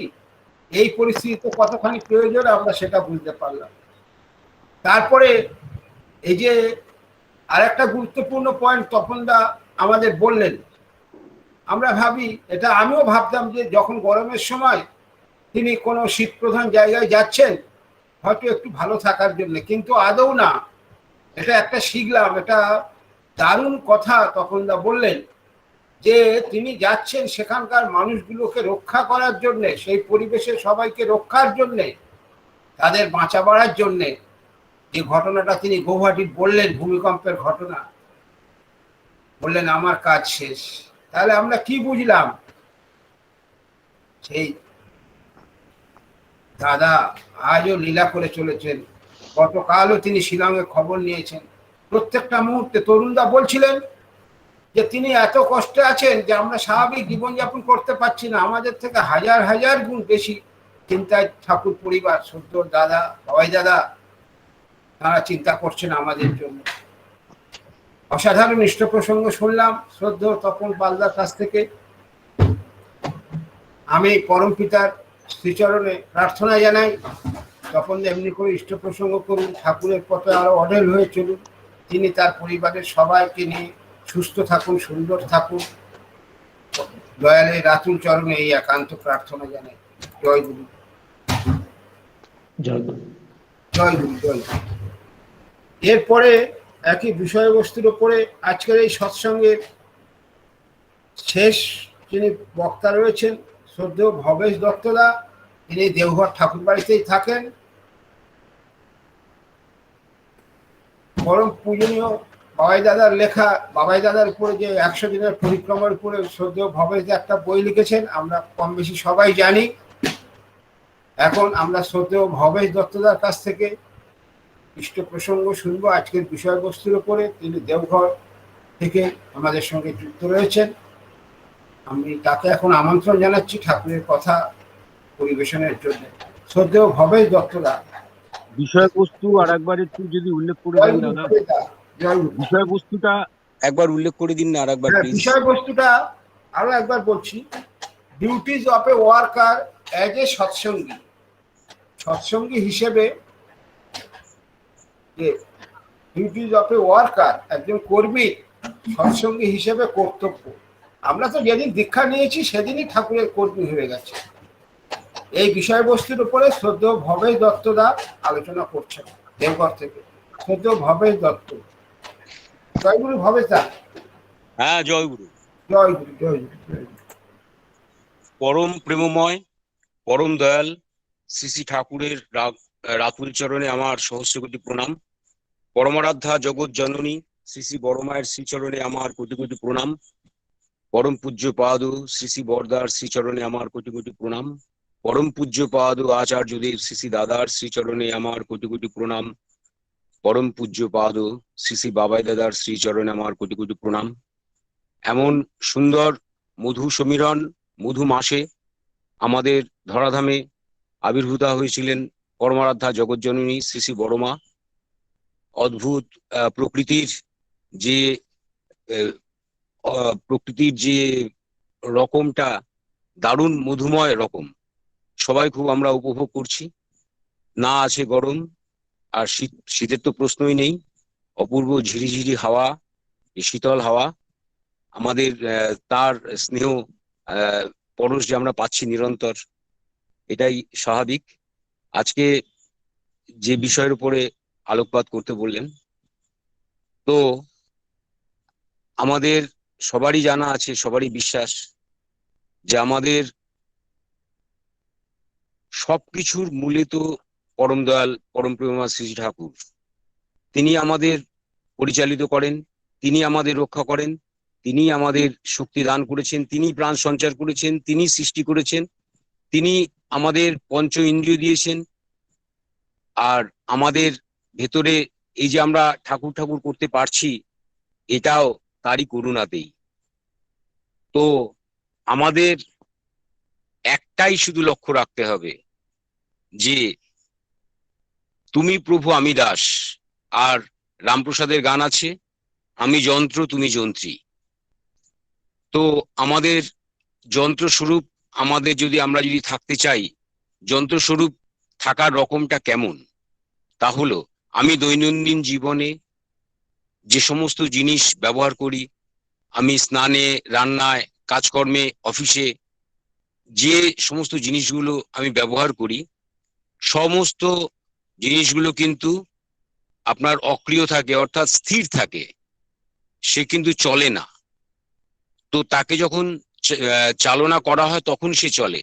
পেন এমনি স্থির আছে, যখন তাকে চালিত করা হয় তখন সে পেন কিন্তু লিখতে থাকে। কি লিখবে লেখকের উপরে নির্ভর করে। কড়াই, খুন্তি, হাতা, যা কিছু সবই কিন্তু নির্দিষ্ট জায়গায় থাকে, ব্যবহারের জন্য উন্মুখ হয়ে থাকে। তো আমরা পরমপিতার যারা সেবা ব্রতে আছি, পরমপিতার যারা দীক্ষা নিয়েছি, প্রত্যেকেই আমরা তার সেবক, প্রত্যেকেই আমরা তার কর্মী। আমাদেরও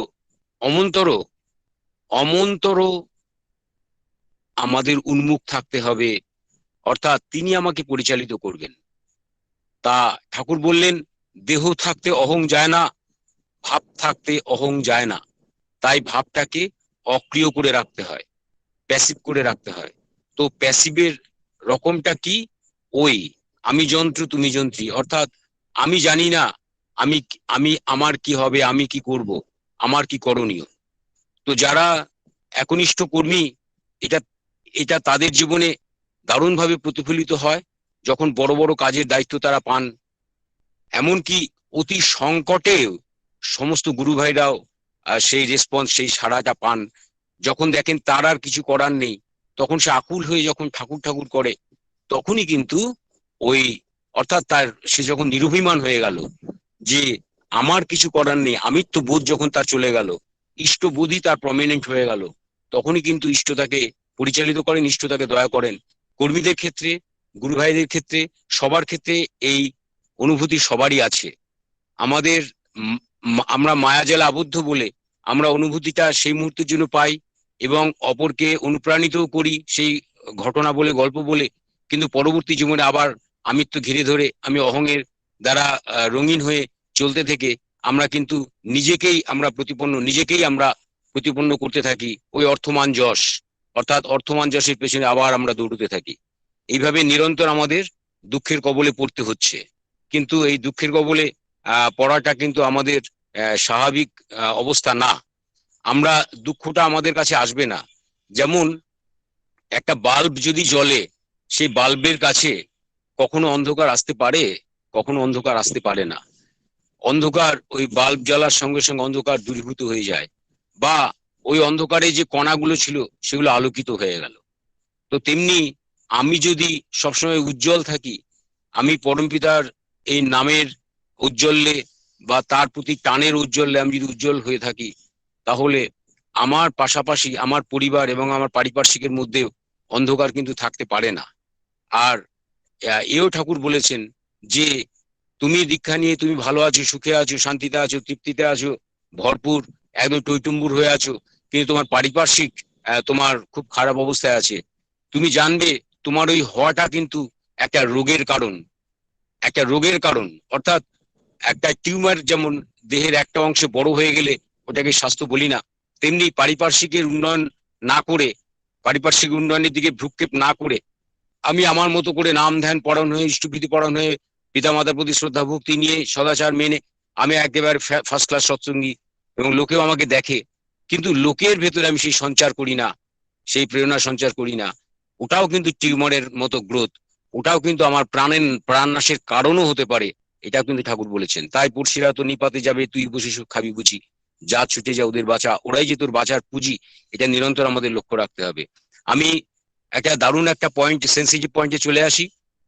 সেটা হচ্ছে আমরা কখনোই নিজের সাধন বলে আমরা নিরভিমান হতে পারবো না।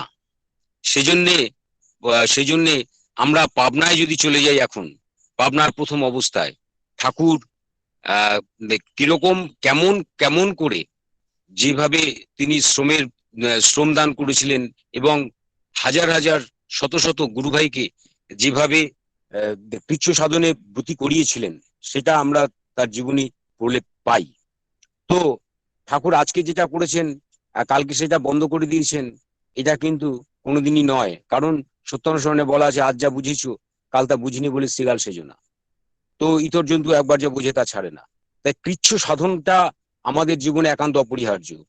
যার কৃচ্ছ সাধন করার কোনো প্রয়োজন নেই, যার বিভব আছে, অর্থ আছে, যশ আছে, টাকা আছে, সুন্দর দেখতে, ঘর বাড়ি চকচকে, ভালো বলিষ্ঠতা আছে, তার কৃচ্ছ সাধনের দরকার নেই।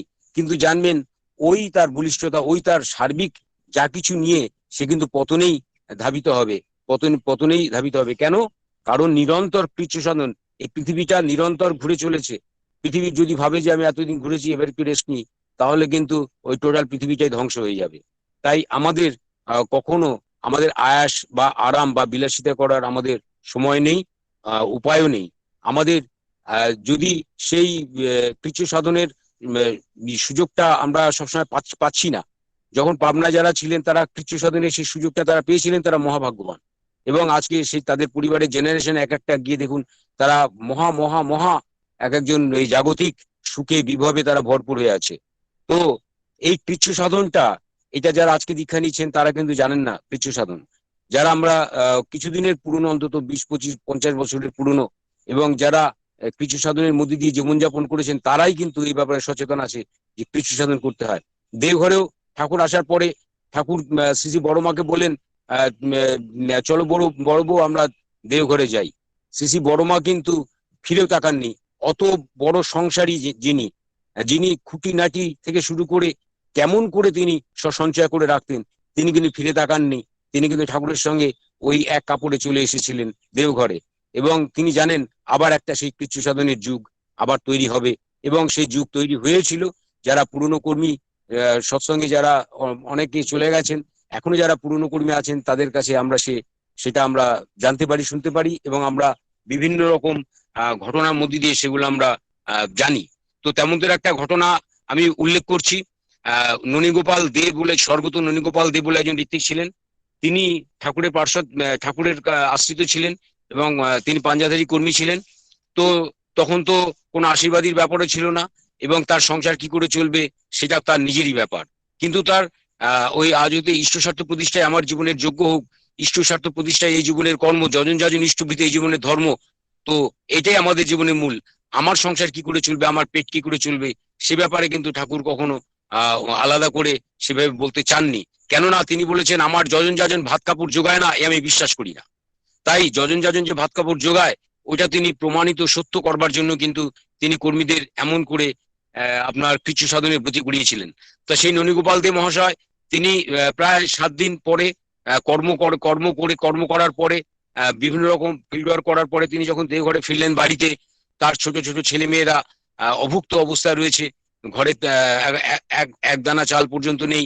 তখন স্ত্রী তখন হাওয়াও করে কাজী আর আবেদন জানাচ্ছে যে তুমি ঠাকুরকে বলো এত অভাবের কথা।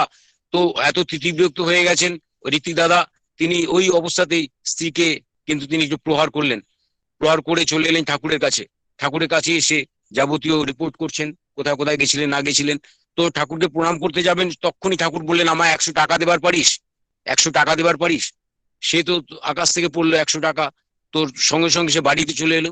তার স্ত্রীকে বললো যে তুমি তোমার কানের, তখনকার দিনে সোনাটা তো একটু ভারী হতো, তোমার কানের মাকড়িটা দাও, দুলটা দাও। ঠাকুর আমার কাছে 100 টাকা চেয়েছেন। তিনি সঙ্গে সঙ্গে ওই দুপুরবেলা চলে গেলেন দেওঘরে, ওখান থেকে ওইটা জমা দিয়ে একটা বন্ধক রেখে 100 টাকা নিয়ে চলে এলো। যদিও 100 টাকা দিতে চাইছিল না, তথাপি ঠাকুরের নাম করে তিনি নিয়ে চলে এসেছিলেন এবং ঠাকুরকে নিবেদন করার পরে তিনি বাড়ি চলে এলেন। বাড়ি এসে তিনি জল খেয়ে শুয়ে পড়লেন।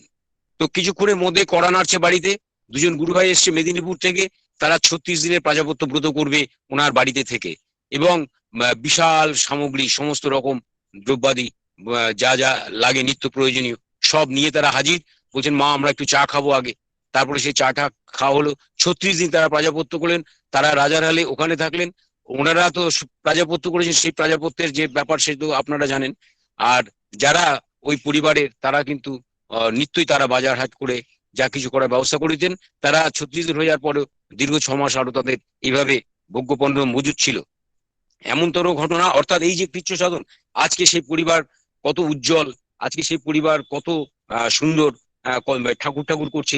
এই যে কৃচ্ছ সাধনের মধ্যে দিয়ে এই যে পরিবারটা গঠন হলো, আমরা সৎসঙ্গীরা, কর্মীরা প্রত্যেকেই যেন কৃচ্ছ সাধনের দিকে নজর দিই। এই কৃচ্ছ সাধন এখনো কিন্তু চলে যায়নি।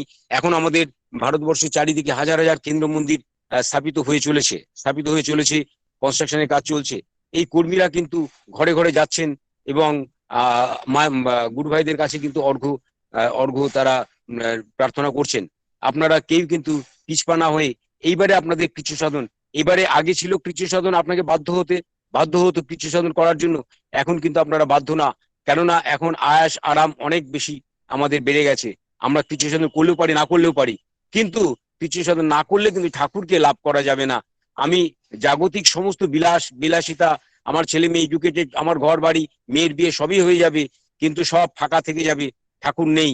এই দেহহীন প্রাণের মতো ওই দেহে হাজার গয়না পরা থাক, হাজার সোনার ঐশ্বর্য থাক, হাজার ডিগ্রি থাক, যদি প্রাণ না থাকে দেহের যেমন দাম নেই, তেমনি আমাদের এই পরিবারেও আমার হাজার হাজার সম্পদে আমি ভরপুর হয়ে থাকি, যদি ঠাকুরকে জাগ্রত করে না রাখি আমার রক্তের মধ্যে, আমার চলার মধ্যে, আমার কৃচ্ছ সাধনে, আমার সাধনার মধ্যে, তাহলে কিন্তু আমি ঠাকুরকে লাভ করতে পারবো না। তাই সৎসঙ্গীদের একটা আমার আবেদন যে আপনারা এই যে যারা কর্মীরা আপনাদের কাছে যাবেন, আপনি কিন্তু তাদের এমন করে কথা বলে দেবেন না যে আমার কাছে ওই দায়িত্ব আছে, সেই দায়িত্ব আছে, হ্যাঁ আবার কত করব, এত দায়িত্বের মধ্যে দিয়ে আমি কি করে পারি, এই কথা না বলে বরং বলবেন এটা তো কম হলো দাদা, যখনই কোনো দায়িত্ব আসবে আমার কাছে চলে আসবেন। কেননা তিনি কিন্তু আপনাকে অ্যামাউন্ট বলে দেননি কত আপনাকে দিতে হবে, কিন্তু আপনাকে রাজি থাকতে হবে। যে হযরত রসুলের বলা আছে যে আয়ের 16% কিন্তু ঈশ্বরের জন্য খরচ করতে হবে। আমার আয়ের 16%, তাহলে যার 1 লাখ টাকা রোজগার আছে মাসে, তার 16,000 টাকা মজুত রাখতে হবে কিন্তু ঈশ্বরের জন্য, ইষ্টের জন্য। তো ঈশ্বরের জন্য যারা সব হারায়, যা কিছু উৎসর্গ করে, এই জীবনে ফিরে পায় সহস্র গুণে, পরে অনন্ত জীবনের অধিকারী। এ যারা করেনি তারা পায়নি, তারা চলেওনি। আবার বললেন যে নিজের জীবনকে ঈশ্বরের জন্য খরচ করে সে তা পায়, আর যে নিজের জীবনকে নিজের কাজে খরচ করে সে তা হারায়। তাহলে দেখা যায় এটা যদি সত্য হয়, তাহলে দেখা যায় আমাদের সারা জীবনের যে ইষ্টবিহীন যে চলন, অর্থাৎ ইষ্ট স্বার্থ প্রতিষ্ঠা বিহীন যে চলন, এই চলনের মধ্যে দিয়ে আমি হাজার বিভব তৈরি করেছি, এই বিভব যা কিছু কিন্তু সবই কিন্তু জিরো। আমার আলটিমেটাম, আমার কর্মফল কিন্তু জিরোতে পরিণত হলো। আর আমি এর মধ্যে দিয়েও, আমি কৃচ্ছ সাধনের মধ্যে দিয়েও আমি যদি পুঁজি আমি তৈরি করতাম, তাহলে দেখা যেত যে আমার জীবনটা ফুলে ফলে ভরপুর হয়ে থাকতো। এবারে বলি বিভব মানে কি? বিভব মানে হলো এটাই যে আমায় দেখে আর একটা লোকের ইষ্ট ভাব জাগবে, আমায় দেখে একটা পরিবেশের অশান্ত পরিবেশ শান্ত হয়ে যাবে, আমার আগমনে একটা অশান্ত জায়গা একদম পিসফুল হয়ে যাবে, কাম অ্যান্ড কোয়াইট হয়ে যাবে। এই যে বিচ্ছিরণা আমার জীবনের মধ্যে দিয়ে, আমার দেহের মধ্যে দিয়ে, আমার চলার মধ্যে দিয়ে আমার কথার মধ্যে দিয়ে, আমার চাউনির মধ্যে দিয়ে বিচ্ছিন্ন হতে থাকবে। এটা কখন সম্ভব হবে? যখন আমি ওই কৃচ্ছ সাধনের মধ্যে দিয়ে জীবনটাকে আমি অতিবাহিত করবো, কৃচ্ছ সাধনের মধ্যে দিয়ে। অর্থাৎ আমার অন্ন জোটেনি, কিন্তু আমি ঠাকুরকে দিতে পিছপা হব না। একজন ঠাকুরকে বললো ঠাকুর ইষ্টবিধি করবো কি করে? ঠাকুর বললেন তুমি তো খাও, তার থেকে একটা দানা দেবে। তার মানেটা কি? তোমার যদি জোটে তাহলে ইষ্ট জন্য তুমি অবশ্যই করতে পারবে, করতে পারছোই। তো এমন করে করে আমাদের এই ইষ্ট কাজের দিকে নজর দিতে হবে। এবং আমাদের সাড়ে তিন কোটি দীক্ষা, এই সাড়ে তিন কোটি দীক্ষা খুবই সহজভাবে হয়ে যাবে। আমাদের সেই কৃচ্ছ সাধন অর্থাৎ নাম ধ্যান পরায়ণ, এবং প্রতি মুহূর্তে নিজেকে শায়েস্তা করতে হবে, নিজের শাস্তি নিজেকে নিতে হবে, এবং এইভাবে আমাদের চলতে হবে। তো আপনাদের সাউথ চব্বিশ পরগনা সম্বন্ধে একটা কথা বলে রাখি। সাউথ চব্বিশ পরগনা হলো সারা পৃথিবীর একটা আদরের জায়গা। সাউথ চব্বিশ পরগনা একটা আদরের জায়গা। কেন? কারণ পরম প্রেমময় পরম দয়ালের যে ভাব সমাধি হয়েছিল আমাদের ভারতবর্ষের বুকে, সেটা কিন্তু একমাত্র চক্রতীর্থ ওই সাউথ চব্বিশ পরগনায়। তো সেই জন্য সাউথ চব্বিশ পরগনা, এখানে এত কর্মী তৈরি হয়েছে, এত কর্মী চারিদিকে ছড়িয়ে আছে। এমনকি দেওঘরে আমাদের যে আমাদের আচার্যদেবের একজন অন্যতম সেবক কিন্তু সেই সাউথ চব্বিশ পরগনারই ছেলে। এমন করে সাউথ চব্বিশ পরগনার সর্বত্র 68 কলকাতা মন্দির, সেখানে সাউথ চব্বিশ পরগনার ছেলে ভরপুর। তো কিন্তু তারা জানে না, এটা তারা এই পরিসংখ্যান তারা নেয়নি। তারা এত নিরভিমান এবং তাদের অহং নেই, তাদের চলা বলায় তাদের সে দাম্ভিকতাও নেই। সেই জন্য আমি সাউথ চব্বিশ পরগনাকে প্রণাম করি। আপনাদের একটা সুখবর জানাই, ওই সাউথ চব্বিশ পরগনায় ওই চক্রতীর্থের অনতি দূরে এক ভদ্রলোক আজ থেকে 30-40 বছর আগে একটা জমি দান করেছিলেন, ভূমি দান করেছিলেন। সেই জমিটার পরিমাণ প্রায় 15 কাঠা। সেই জমির দাম এখন প্রায় 3.5 কোটি 4 কোটি টাকা সেই জমির দাম এখন। তো সেই জমিতে দীর্ঘদিন মন্দির হয়নি। বাবাইদাকে হঠাৎ করে সেই সুদীপ্ত জানা বলে একটি ছেলে, সেই বাবাইদাকে নিবেদন করে আগে জমিটা এতদিন রয়েছে, ওখানে ঠাকুরের মন্দির করার জন্য তো তিনি দিয়েছিলেন। সঙ্গে সঙ্গে বাবাই দাদা করলেন কি, একজন ইয়াং ম্যানকে এসপিআর পাঞ্জা দিয়ে ওখানে মন্দির করতে বলেন। সে দু বছর ধরে সেই কাজ চলছে এবং সে ব্যাপক কাজ হয়ে গেছে, ব্যাপক কাজ। তো আগামী 6 মাসের মধ্যে কাজ শেষ করতে হবে। শ্রী পরম পূজ্য বাবাই দাদা তিনি স্কেচ করে দিয়েছেন কি কি কাজ হবে। 3,500 স্কোয়ার ফিটের উপরে প্রথমে একটা ঢালাই হচ্ছে। সেই ঢালাইয়ের মধ্যে ঠাকুর ঘর থেকে শুরু করে আচার্যদেবের ঘর এবং কর্মীদের থাকার ঘর এবং একটা পুরো হল, মিটিং করার হল, এগুলো সেখানে থাকছে। তারপরে বাবা দাদা বলে দিয়েছেন যে এইবারে ওইটা কাজটা কমপ্লিট করেই তারপরে তারা নেমে পড়বে দীক্ষা এবং কীর্তন সৎসঙ্গ মেতে উঠবে। সমস্ত অঞ্চল যেন গম গম করে ঠাকুরের জয়গানে মুখরিত হয়, সব একজনে যেন বাদ না যায় দীক্ষিত হতে। আর মন্দির 5 বছর পরে ওখানে যে শ্রীমন্দির হবে, ওই যে 3,500 স্কোয়ার ফিট ঢালাই পরে তারপরে বাবাই দা প্ল্যান দেবেন ওখানে শ্রীমন্দির গড়ার। সেই 3,500 স্কোয়ার ফিটের ঢালাই হাফ হয়ে গেছে, আর হাফ বাকি আছে। এবং তার আনুষঙ্গিক যে সমস্ত ওয়ার্ক গুলো আছে তাদের প্রায় এখনো বহু অর্ঘ্য লাগবে।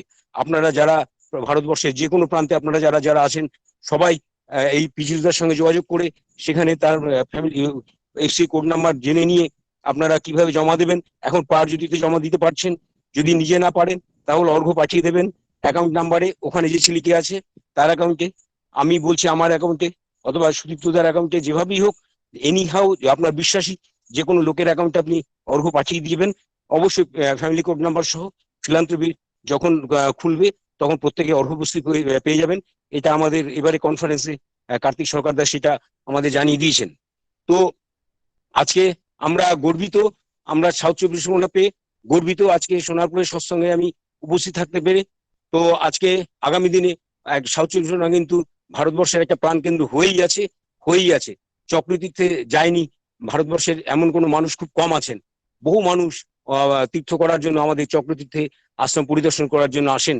আপনারা আজকে যারা অনলাইনে যারা সৎসঙ্গ শুনছেন তারাও আপনারা এই চক্রতীর্থে আসবেন এবং তৎসংলগ্ন সামনে যে নদী আছে সেই নদীর পার্শ্ববর্তী যে এলাকা আছে সেটা খুব বর্ধিষ্ণু এলাকা, বিশাল জাঁকজমক এবং একটা ব্যবসার একটা বিশাল একটা জায়গা এবং বর্ধিষ্ণু, সমস্ত মানুষ ওখানে ধনী। সেইখানে মন্দির হচ্ছে ঠাকুরের এবং সেই মন্দির আপনারা দর্শন করে আসবেন এবং আপনারা সতেজচ্ছভাবে আপনারা কৃচ্ছ সাধন করুন। দরকার হলে যদি ঘরে অনন্ত খাবার থাকেও তবু একদিন ইচ্ছে করে নিজেরা ওই মুড়ি খেয়ে কাটিয়ে যে পয়সাটুকু বাঁচলো ওই পয়সাটুকু আপনি ঠাকুরকে দিন। এভাবে কৃচ্ছ সাধনের মধ্যে দিয়ে দেখবেন ঠাকুরকে দিয়ে প্রাণটা কত জুড়ায়, মানে সে ভাবা যায় না। ঠাকুর কারুর কাছ থেকে নেন না, ঠাকুর যে একগুণ নিলে, ঠাকুর বলেন যে ঈশ্বার্থী যারা সব হারায়, যা কিছু উৎসর্গ করে ইহি জীবনে ফিরে পাই সহস্র গুণে, পরে অনন্ত জীবনের অধিকারী। তো এই ঘটনা আমরা দেখেছি। ঠাকুর যে কারোর কাছ থেকে নেন না, ঠাকুরকে দেওয়া যায়ও না, কাউকে দেওয়ার সঙ্গে সঙ্গে ঠাকুর রিটার্ন দিয়ে দেন হাজার হাজার। তো একটা ঘটনা বলি, এক দাদা পাবনায় গেছেন, তিনি রীতি দাদা, তা ঠাকুর বললেন যে আমাকে একটা জিপ গাড়ি দেবার পারিস? সেই ঠাকুর সে বলছে ঠাকুর আমার কাছে অত টাকা নেই। কত টাকা দাম? তখন জানা গেল যে দাম হলো 10,000 টাকা তখনকার দিনে। তো সে বলছে ঠাকুর আমার কাছে অত টাকা নেই। তো কত টাকা দিতে পারিস? তো সে বললো আগে ঠাকুর 5,000 টাকা। বলে তা ওতেই হবে। এই বলে সে বাড়িতে চলে এলো, দুটো ব্যাংকে তার 5,000 টাকা ছিল, দুটো ব্যাংক পুরো নীল করে 5,000 টাকা তুলে নিয়ে আবার ঠাকুর বাড়িতে চলে গেল পাবনায়। ঠাকুরকে তখন ঠাকুর দাঁড়িয়েছিলেন ঠাকুরের রাখ পায়ের কাছে। তো পায়ের কাছে রাখা হলো, ঠাকুর বললেন ওর কোষ্ঠীটা দেখ। তারপরে কোষ্ঠীটা দেখা হলো, কোষ্ঠী বিচারে দেখা গেল যে 7 মাস ওর লেগে গেল, 7 মাস এই পরবর্তী গ্যাপটায় দেখা গেলো 7 মাস আগে তার মৃত্যু ছিল, মৃত্যু হয়ে গেছে অলরেডি। তারপরে এবারে তো সে তো চলে এলো, আসার পরে দুদিনের মধ্যে সেই ব্যাংকগুলি উঠে গেল, অর্থাৎ ব্যাংকগুলো লিকুইডেশনে চলে গেল। সেই ব্যাংকগুলো আর কাউকে কোনো টাকা দিল না। তো সবাই জিজ্ঞেস করলো তুমি টাকা তুলে নিলে, আমাদের বললে না। বলে আমি যে কারণে টাকা তুলেছি তোমাদের বলে তা তোমরা তুলতে না, তাই আমার বলার তো প্রয়োজন মনে করিনি। তাহলে দেখুন তার টাকাটা লস হওয়ার ছিলই। তা ঠাকুর সেই লস মানে হারিয়ে যাওয়া টাকাটা ঠাকুর নিলেন, নিয়ে আবার তার জীবন দান করলেন। তিনি আবার ওই কোষ্ঠী আবার ওখানকার এলাকার একজন জ্যোতিষীকে দেখায়, বলে যে আপনি ফাজলামি করছেন, একটা মৃত লোকের কোষ্ঠী নিয়ে আমাকে দেখাচ্ছেন। বলে মৃত লোক কোথায় গো? সে তো আমি। বলছেন যে দেখুন তো কি করে বাঁচা যায় এই অবস্থা থেকে। বলে সৎ ব্রাহ্মণকে যদি লোহা দান করতো। তো এমন করে গুরু সভার মধ্যে দিয়ে মানুষের জীবন যে এভাবে ফিরে যায়। আমাদের পরম শুদ্ধ স্বর্গত আমাদের যিনি গৌতম চক্রবর্তী, তার 30 বছরে আয়ু ছিল, 30 বছর আয়ু ছিল, এবং তাদের একটা ফ্যামিলি ট্র্যাডিশন। তো যেদিন 30 বছর একদিন কমপ্লিট হলো, তো গৌতম দা একটা বাণী লিখলেন ডায়েরিতে, ইষ্টটানের অঢেল চলায় দেখবি অনেক গ্রহের ফের, খাবি খেয়ে পাল্টে গেছে রেখে শতেক ঝলক জের। তো আমি বললাম যে বাণীটা কেন লিখলেন? বলে ভবেশ কালকে আমার মৃত্যুযোগ ছিল, অর্থাৎ আমার জীবনের বায়ু কালকেই আমার নিভে যাওয়ার ব্যাপার ছিল। কিন্তু পরম পূজ্যপদ আচার্য শ্রী দাদা এবং পরম পূজ্যপদ শ্রী বর্দা আমাকে রক্ষা করে দিলেন। তারপরে তো তিনি দীর্ঘদিন তিনি কাটালেন, 65 ইয়ার এজে তিনি চলে গেলেন। তো এইভাবে আমাদের লাইফটা এক্সপ্যান্ড করে দেন তিনি। তো আমাদের সেই জন্যই বলছি যে সাধন ভঞ্জন যা কিছু আমরা বলছি, চর্চা করছি, সাধন ভঞ্জন, সদাচার, তারপরে আপনার এই পারিবারিক শান্তি, পারিবারিক ঝুটঝামেলা, এই যে কত রকম আচার আচরণের কথা আমরা যে বলছি, এই বলাগুলো, সব বলাগুলো আমরা একযোগে আমাদের কাছে এসে হাজির হয়ে আমার জীবনকে উদ্দীপ্ত করে দেবে। একযোগে আমার ভেতরে চরিত্রে সেগুলো উদ্ভাসিত হয়ে উঠবে, যদি আমি ওই কৃচ্ছ সাধনে নিজেকে অচল রাখতে পারি। এবং রাখলেই ধীরে ধীরে দেখা যাবে ভুল পাল্টে যাবে, অর্থাৎ সংসারে, সদাচারে, সাধন ভজনের, অধ্যয়ন অধ্যাপনার, তারপরে এই যে মানুষের মঙ্গল চিন্তা, যা কিছু ঠাকুরের বলাগুলো আছে, টোটাল বলাগুলো আমার জীবনে মূর্ত হবে। তাই বাস্তব কাজকে কখনো অস্বীকার করবেন না। আলোর দিকে পেছন ফিরে অন্ধকার অন্ধকার বলে চিৎকার করবেন না। আমরা যখন অন্ধকারে আমরা কান্নাকাজি করি, দুর্দশা করে যখন ক্লান্ত হয়ে অবসাদগ্রস্ত হয়ে যখন আমরা ভীত সন্ত্রস্ত হয়ে, তার মানে কি ওটা অন্ধকার? তা ঠাকুর বললেন অন্ধকার অন্ধকার করছো কেন? দুঃখ তো কারণ নেই, দুঃখ তো কারো প্রকৃতিগত নয় কো, ইচ্ছে করলে তাড়িয়ে দেওয়া যায়।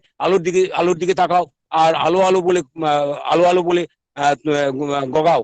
কারণ হয়েছে যে আমার যাবতীয় জীবনে যা কিছু অন্ধকার, যা কিছু নেগেটিভ, সবটাই অন্ধকার। তাই অন্ধকারে আমরা থাকতে চাই না। এই অন্ধকার দূর করতে গেলে লাগবে আলো। আলোটা কোথায় পাবো? সেই ইষ্টের আলো, ইষ্টের নামের আলো, নামের অনল। আর সেই নামের অনল আসবে কি করে? যখন আমি মাথায় চাপ নেব। একটা লোক যখন মাথায় অনেক বড় বস্তা নিয়ে যায়, সে এদিক ওদিক আর তাকাতে পারে না, সে শুধু তার সামনের দিকেই তাকিয়ে যায়। তেমনি আমাদের মাথায় যখন ইষ্টের চাপ নিয়ে আমরা চলতে থাকবো, তখন অন্তত একটা জিনিস হবে, সেটা হলো আমি আর ডাইনে বায়ে তাকিয়ে আমি জীবনকে নষ্ট করতে পারবো না। প্রবৃত্তির খোরাকে আহরণে আমি এদিক ওদিক তাকাতে হবে না। আমার নাম ধ্যান পরায়ণ হয়েও থাকবো, সদাচার পরায়ণ হয়ে থাকবো, আমি স্ট্রিক্ট থাকবো। সন্তানকে মানুষ করার জন্য আমাকে পাগল হতে হবে না, আর মেয়ে বিয়ে দেওয়ার জন্য আমাকে পাগল হতে হবে না, আর আমার হাবিজাবি বিলাসিতা চিন্তা করে নিজের জীবনকে খোয়াতে হবে না। তাই ঈশ্বরেরই ডাক এসেছে, তার কাজে তোর সঙ্গতি যোগান দিয়ে ধন্য হ তুই, হোক দলিত দুর্গতি। আপনার সঙ্গতি যা আছে সেই সঙ্গতিটাই আপনি আগে ব্যবহার করুন। Achieve and adjust all the possibilities actively, impossibilities will fly away. আপনার যা সঙ্গতি আছে ওই সঙ্গতি দিয়ে আপনি তার সেবা করুন। কাঠবিড়ালির নাম আজও আমরা উল্লেখ করি। রামায়ণে কবে সেতু বন্ধন হয়েছিল? 10,000 না 5,000, 10,000 বছর আগে। তো আমাদের সঙ্গতি আমরা যদি আমাদেরও নাম ওরকম ভাবে উল্লেখ থাকবে, শুধু না আমাদের নামগুলো আমাদের ওই কর্মের প্রভাব, আমাদের কর্মের যে এফেক্ট সেটা আমার পরিবার পাবে, এবং পরিবার কিন্তু সোনার পরিবার তৈরি হবে। তা না হলে ঠাকুর বলেন, তুমি তোমার পরিবারকে করতে যদি না পারো, তাহলে কিন্তু তুমি কিছুই করতে পারলে না, তুমি যতই বড় কর্মী হও না কেন। তেমনি আমরা যদি কৃচ্ছ সাধনের মধ্যে দিয়ে জীবনকে অতিবাহিত করি, তখনই কিন্তু আমার পরিবার ওই স্মৃতিচারণ করে করে তারাও কিন্তু ইষ্টের হয়ে উঠবে। এটা আমরা হাজার হাজার দেখেছি। ওই সাউথ লক্ষ্মীদা বলে একজন ছিলেন, সেই লক্ষ্মীদার বাড়িতে গেলেই যে কোনো কর্মী যাক, ঋত্বিক দাদা যাক, সেই ঋত্বিক দাদাকে তিনি ইষ্টবিধি কত করে করেন, সেই বলে 1 টাকা, খবরদার এখন থেকে 5 টাকা করুন, আমি পয়সা দিচ্ছি, আজকে থেকে শুরু করুন। এইভাবে কিভাবে সেই ইষ্ট কাজ করে গেল, সমস্ত খুইয়ে দিয়ে সমস্ত বাড়ি ঘর দূর করে রাস্তার আপনার কি বলে সেই ওই পিডাব্লিউজির জমিতে এসে বাস করলো। সারা বাড়ি পাড়ার লোক বলতে থাকলো ঠাকুর অনুকূল চন্দ্রকে দিয়ে সর্বশান্ত হয়েছে। তারপরে ফিরে দেখুন আজকে সেইখানে সেই সবচেয়ে বুদ্ধিষ্ণু তার কয়েকটা বাড়ি, তার ছেলে আবার মন্দিরও বানিয়েছে ওখানে, ঠাকুরের মন্দির সরিষাতে। তো এমনতর ঘটনা আমরা আমাদের জীবনের প্রত্যক্ষভাবে আমরা পাচ্ছি। তাই ইষ্ট আদেশ যেটাই হবে কর্মী মহাপরাক্রমে, ওই করাটাই করবে তোমায় পৃথিবী চল দিনে দিনে।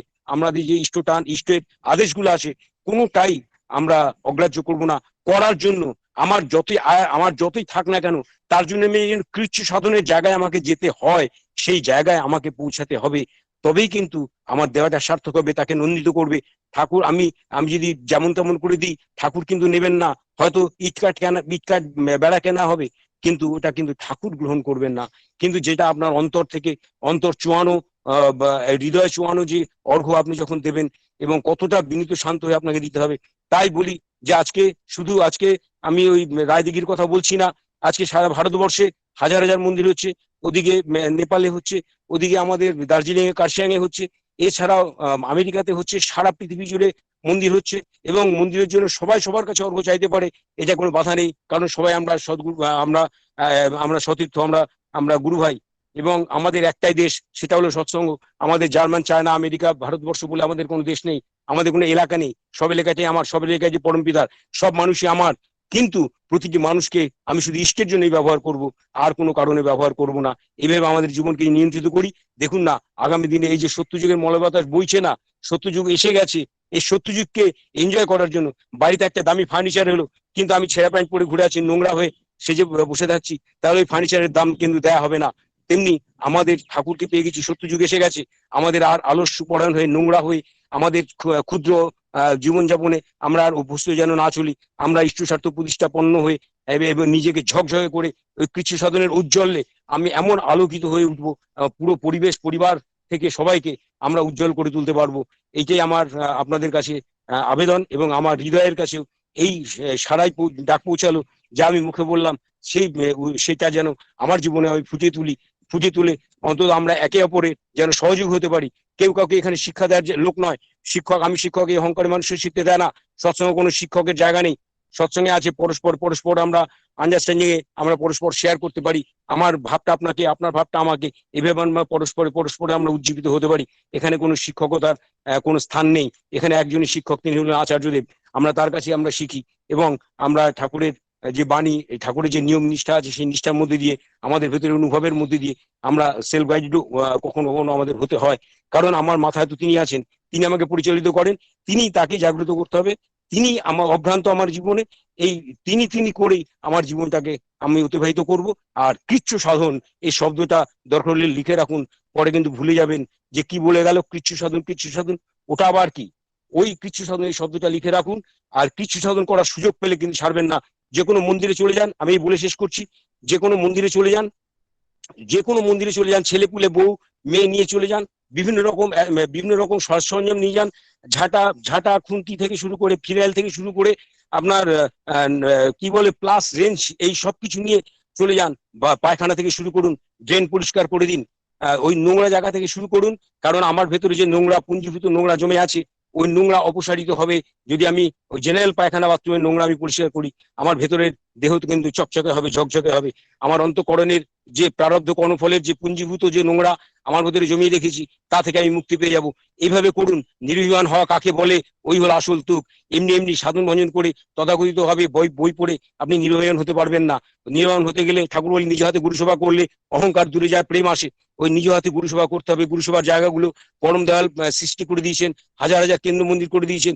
এই কেন্দ্র মন্দিরগুলো নীরবে গিয়ে কাউকে কিছু জিজ্ঞেস করবো না, কারোর কাছে কিছু চাইবো না, সমস্ত জিনিস নিজে নিয়ে গিয়ে চাল ডাল পর্যন্ত নিজে নিয়ে যাবো, নিয়ে গিয়ে ওখানে সমস্ত কাজকর্ম করে চাল ডাল ফুটিয়ে আরো 5 জনকে ডেকে তাদের খাইয়ে দিয়ে মহা আনন্দে এমন করে করে সারা ফেলে দিতে হয়। মানুষ যেন লোভে লোভে দৌড়ায়, আমার আগে ও পরিষ্কার করে দিল, ও যেন না করতে পারে, ও যেন ওর আগে যেন আমি করে দিতে পারি, এই কম্পিটিশন লাগিয়ে দেন, গুরু সেবার কম্পিটিশন। তবেই কিন্তু আমাদের জীবনের আমরা প্রকৃত রূপটা দেখতে পাবো, আমার জীবনের যে কত রূপ আর কত যে মহান রূপ, পরম পিতার কত দয়া, সবই কিন্তু আমরা অনুভব করতে পারবো। তাই এটাই কিন্তু একটা সবচেয়ে বড় শিক্ষা, এই গুরু সেবা। তা এই যুগে যুগে এই গুরু সেবাটা রয়েছে। আরুনি গল্প আপনারা শুনেছেন, এদিকে মিলারের পার গল্প আপনারা শুনেছেন। আজকে আমরা পরম দয়ালের আশ্রিত হয়ে আজকে আমরা সেই গুরু আমাদের যেভাবে আমাদের তার সেবা করায় আগ্রহী করে তুলছেন, আমাদের জীবনকে তিনি স্বর্ণময় করে তুলছেন, অমৃতময় করে তুলছেন। আমরা তিনি যেটা চাইছেন সেই চাওয়াটা শুধু অন্তর থেকে শুধু চাইবো, তাহলে তিনি আমাকে করিয়ে নেবেন। তো তুমি যেমন চলো তেমনি চলি, অর্থাৎ আমি যন্ত্র তুমি যন্ত্রী, এই ভাবটা শুধু রাখুন, তিনি আপনাকে পরিচালিত করবেন। একটু চোখের জল ফেলুন, একটু কান্নাকাটি করুন। ঠাকুর বলেন মাঘ ছাগলের জন্য ঘুটি ঘুটি কাঁদে, ঈশ্বরের জন্য কপটা চোখের জল ফেলে, ঈশ্বরের জন্য কপটা কাঁদে। তা আজকে ঈশ্বরের জন্য কাঁদুন, ঈশ্বরের হয়ে ওঠার জন্য কাঁদুন। তাহলে দেখবেন আপনার জীবনে, ব্যক্তি জীবনের যে চাহিদা, সব চাহিদা পূরণ হয়ে যাবে। অথচ পূরণ হয়ে যাওয়ার পরেও আপনার ভেতরে কোনো ভাবান্তর হবে না। আপনার মনে হবে ঠাকুর এ সবই তো তোমার, সবই তো তোমার, তাই তোমার জিনিস তুমি উজ্জ্বল করেছো, সবই তোমারই করুণা। হ্যাঁ, আমার এটাকে শুধু উপভোগ করা, এই সুযোগও তুমি আমায় দিলে। অনন্তকাল অনন্ত জীবনে এই সুযোগ আমি যেন তোমার চরণে এইভাবে আমি আমার জীবনকে আমি পরিষেবা দিতে পারি, আমার জীবন দিয়ে এবং আমার পরিবার দিয়ে, আমার দেশ দিয়ে, জাতি দিয়ে, পৃথিবী দিয়ে, গ্রহান্তর সবকে দিয়ে আমি যেন এইভাবে তোমার সেবায় আমি রত থাকতে পারি। আপনাদের সর্বাঙ্গীন মঙ্গল প্রার্থনা করি পরম পিতার আতুল চরণে। জয় গুরু, বন্দে পুরুষোত্তমম। জয় গুরু, জয় গুরু, জয় গুরু, জয় গুরু ভবেশা। অপূর্ব আলোচনা শুনলাম আপনার কাছ থেকে। এই যে ঠাকুরের জন্য যে কৃচ্ছ সাধন, যে পাবনার ঘটনা থেকে তারপরে যে বাস্তব দায় দায়িত্ব, যে রায়দিঘি মন্দিরের কথা বললেন যেটা কনস্ট্রাকশন চলছে, চক্রতীর্থের কথা বললেন, এই যে ঠাকুরের জন্য যে ভাবা, ঠাকুরের জন্য বলা, ঠাকুরের জন্য করা, যারা করে তারা যে বেঁচে যায়, অসংখ্য ঘটনা আছে, আপনি যেমন দু একটা উল্লেখ করলেন। আমরা খুবই সমৃদ্ধ হলাম এবং খুব ভালো লাগলো যে আপনি এলাবোরেটলি বললেন, আমরা শুনছিলাম মন্ত্রমুগ্ধের মতো। আজকে সোনারপুর উপযোজনা কেন্দ্রের এই সৎসঙ্গে আসার জন্য আমরা আপনার কাছে কৃতজ্ঞ, এবং এত সুন্দর কথা বলার জন্য, ইষ্ট প্রসঙ্গ করার জন্য আমরা সবাই খুব সুন্দরভাবে উপভোগ করলাম। দয়ালের আতুল চরণে প্রার্থনা জানাই আপনি ভালো থাকুন, সুস্থ থাকুন, এইভাবে ইষ্টকে পরিবেশন করুন। জয় গুরু ভবেশা, জয় গুরু, জয় গুরু, জয় গুরু, জয় গুরু, জয় গুরু।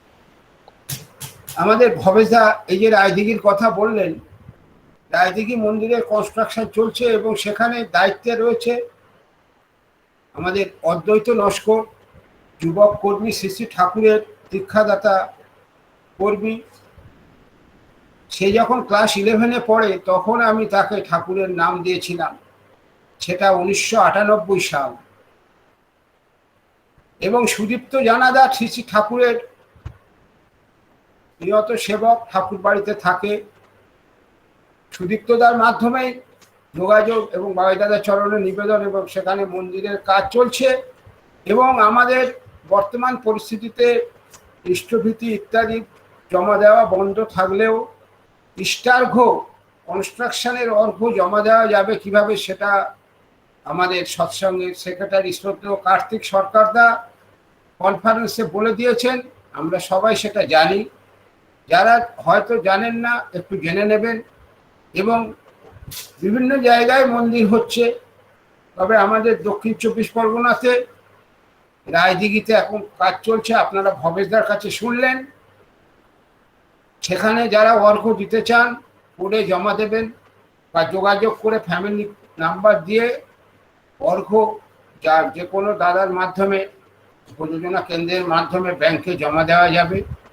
5টি ব্যাংক আছে, কার্তিকদা বলে দিয়েছেন। যারা কোড নাম্বার জানেন না তারা জেনে নেবেন, আমি একবার বলে দিতে পারি, SKRDH। আর অর্ঘ প্রশস্তি যখন আমাদের কম্পিউটার সেন্টারগুলো খোলা হবে তখনই কিন্তু পাওয়া সম্ভব হবে, তার আগে হবে না। এবং এই পাঠানোর একটা বিধি আছে, সেটা দেওঘর আমাদের যে অথরিটি রয়েছেন তারা বলে দিয়েছেন, কার্তিকদাও বলে দিয়েছেন।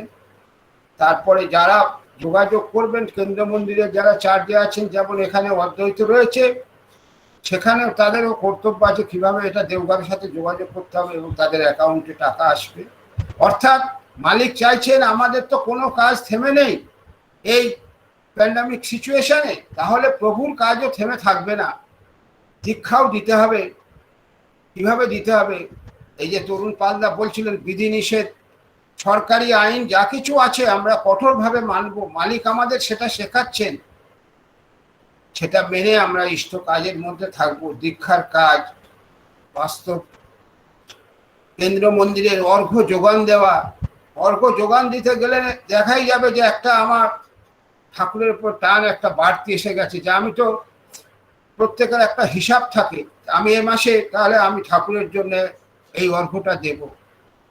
এবং স্বচ্ছতা রাখার খুব প্রয়োজন আছে, প্রত্যেককে কিন্তু অর্ঘ্য প্রশস্তি দিতে হবে, দিলে তবে অর্ঘ্য প্রশস্তি পাওয়া পর্যন্ত তবেই কিন্তু এই সার্কেলটা কমপ্লিট হচ্ছে আচার্যদেবের নির্দেশ মতো।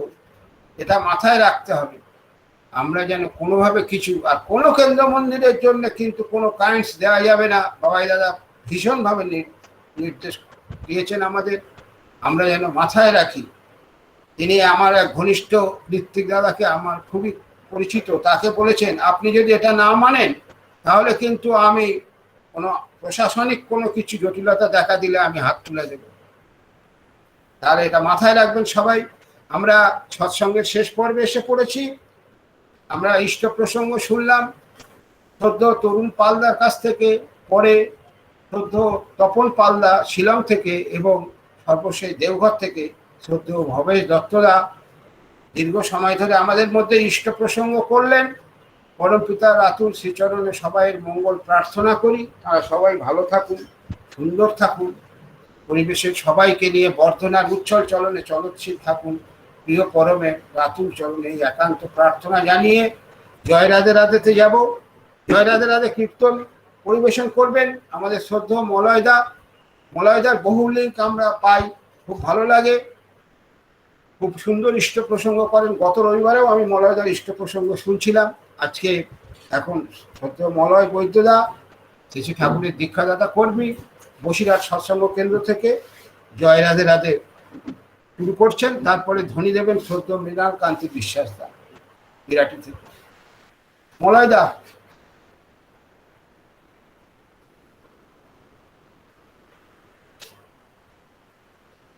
মলয় বৈদ্যদা। জয় গুরু। উপস্থিত সবার সার্বিক শান্তি স্বস্তি মঙ্গল কামনা করি প্রিয় পরমের রাঙা রাতুল চরণ।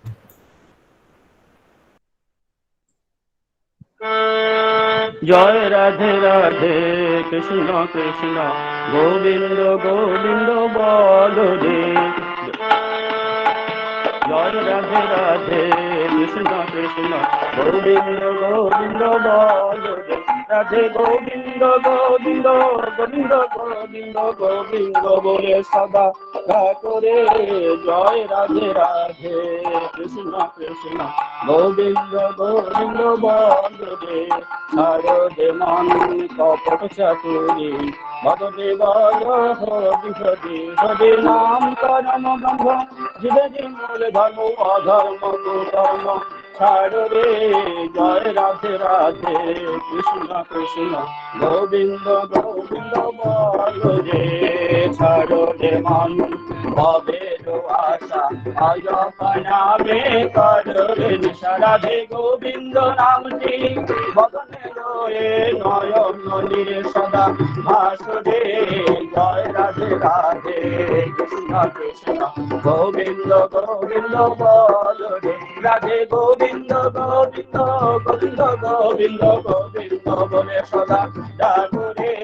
জয় রাধে রাধে কৃষ্ণ কৃষ্ণ গোবিন্দ গোবিন্দ বল রে ছাড়ো রে মন কপট চাতুরি বদনে বল হরি হরি হরি বল হরি বল হরি বল হরি বল হরি বল হরি বল হরি বল হরি বল হরি বল হরি বল হরি বল হরি বল হরি বল হরি বল হরি বল হরি বল হরি নাম পরম ব্রহ্ম জীবেরি মূল ধর্ম অধর্ম কুকর্ম ছাড় রে জয় রাধে রাধে কৃষ্ণ কৃষ্ণ গোবিন্দ গোবিন্দ বল রে ছাড় রে মন আশা অজপা নামে কর রে রাধা বল রাধা বল রাধা বল রাধা বল রাধা বল রাধা বল রাধা বল রাধা বল রাধা বল রাধা বল রাধা বল রাধা বল রাধা বল রাধা বল রাধা বল রাধা বল রাধে গোবিন্দ নামটি বদনে রয়ে নয়ন নীরে সদা আসরে জয় রাধে রাধে কৃষ্ণ কৃষ্ণ গোবিন্দ গোবিন্দ বল রে রাধে গোবিন্দ গোবিন্দ গোবিন্দ গোবিন্দ গোবিন্দ বলে সদা আসরে জয় রাধে রাধে কৃষ্ণ কৃষ্ণ গোবিন্দ গোবিন্দ বল রে জয় রাধে রাধে কৃষ্ণ কৃষ্ণ গোবিন্দ গোবিন্দ বল জয় গুরু জয় গুরু। জয় রাধে রাধে কীর্তন পরিবেশন করলেন শ্রদ্ধেয় মলয় বৈদ্যদা বসিরহাট সৎসঙ্গ কেন্দ্র থেকে। এখন ধ্বনি দেওয়া হবে, ধ্বনি দেবেন শ্রদ্ধেয় মৃণাল কান্তি বিশ্বাস দা বিরাটি থেকে। মৃণাল দা, আপনি আমাদের মধ্যে আছেন? দাদা জয়গুরু, উনি সম্ভবত ওনাকে ঠিক জানানো হয়নি, ওনার হয়ে আমি ধ্বনি দিচ্ছি, আপনি প্রতিধ্বনি দেবেন। আচ্ছা আচ্ছা, ঠিক আছে, হ্যাঁ হ্যাঁ তুমি দিয়ে দাও। ধ্বনি দেওয়ার পর আমি একটু ধন্যবাদ জ্ঞাপন করবো, সবাই থাকবেন। আচ্ছা। বন্দে পুরুষোত্তমম বন্দে পুরুষোত্তমম বন্দে পুরুষোত্তমম বন্দে পুরুষোত্তমম বন্দে পুরুষোত্তমম বন্দে পুরুষোত্তমম। परम प्रेममय श्री श्री ठाकुर कुल चंद्र जी की जय। परम प्रेममय श्री श्री ठाकुर कुल चंद्र जी की जय। परम प्रेममय श्री श्री ठाकुर कुल चंद्र जी की जय। परमाराध्या जगत जननी श्री श्री बड़ो माँ की जय। परमाराध्या जगत जननी श्री श्री बड़ो माँ की जय। परमाराध्या जगत जननी श्री श्री बड़ो माँ की जय। परम पूज्यो पादो श्री श्री बरदा की जय। परम पूज्यो पादो श्री श्री बरदा की जय। परम पूज्यो पादो श्री श्री बरदा की जय। परम पूज्यो पादो आचार्य देव श्री श्री दादा की जय। परम पूज्यो पादो आचार्य देव श्री श्री दादा की जय। परम पूज्यो पादो आचार्य देव श्री श्री दादा की जय। सत्संगों की जय। सत्संगों की जय। सत्संगों की जय। वंदे पुरुषोत्तमम वंदे पुरुषोत्तमम वंदे आर्य पितृन् वंदे आर्य पितृन् वंदे मातृवर्गान् वंदे मातृवर्गान् वंदे अहं कृष्टि दैवतं वंदे अहं कृष्टि दैवतं वंदे पुरुषोत्तमं वंदे पुरुषोत्तमं वंदे पुरुषोत्तमं वंदे पुरुषोत्तमं वंदे पुरुषोत्तमं वंदे पुरुषोत्तमं। परम प्रेममय श्री श्री ठाकुर कुल चंद्र जी की जय। जय गुरु सबाइके जय गुरु। जय गुरु सबाइके जय गुरु।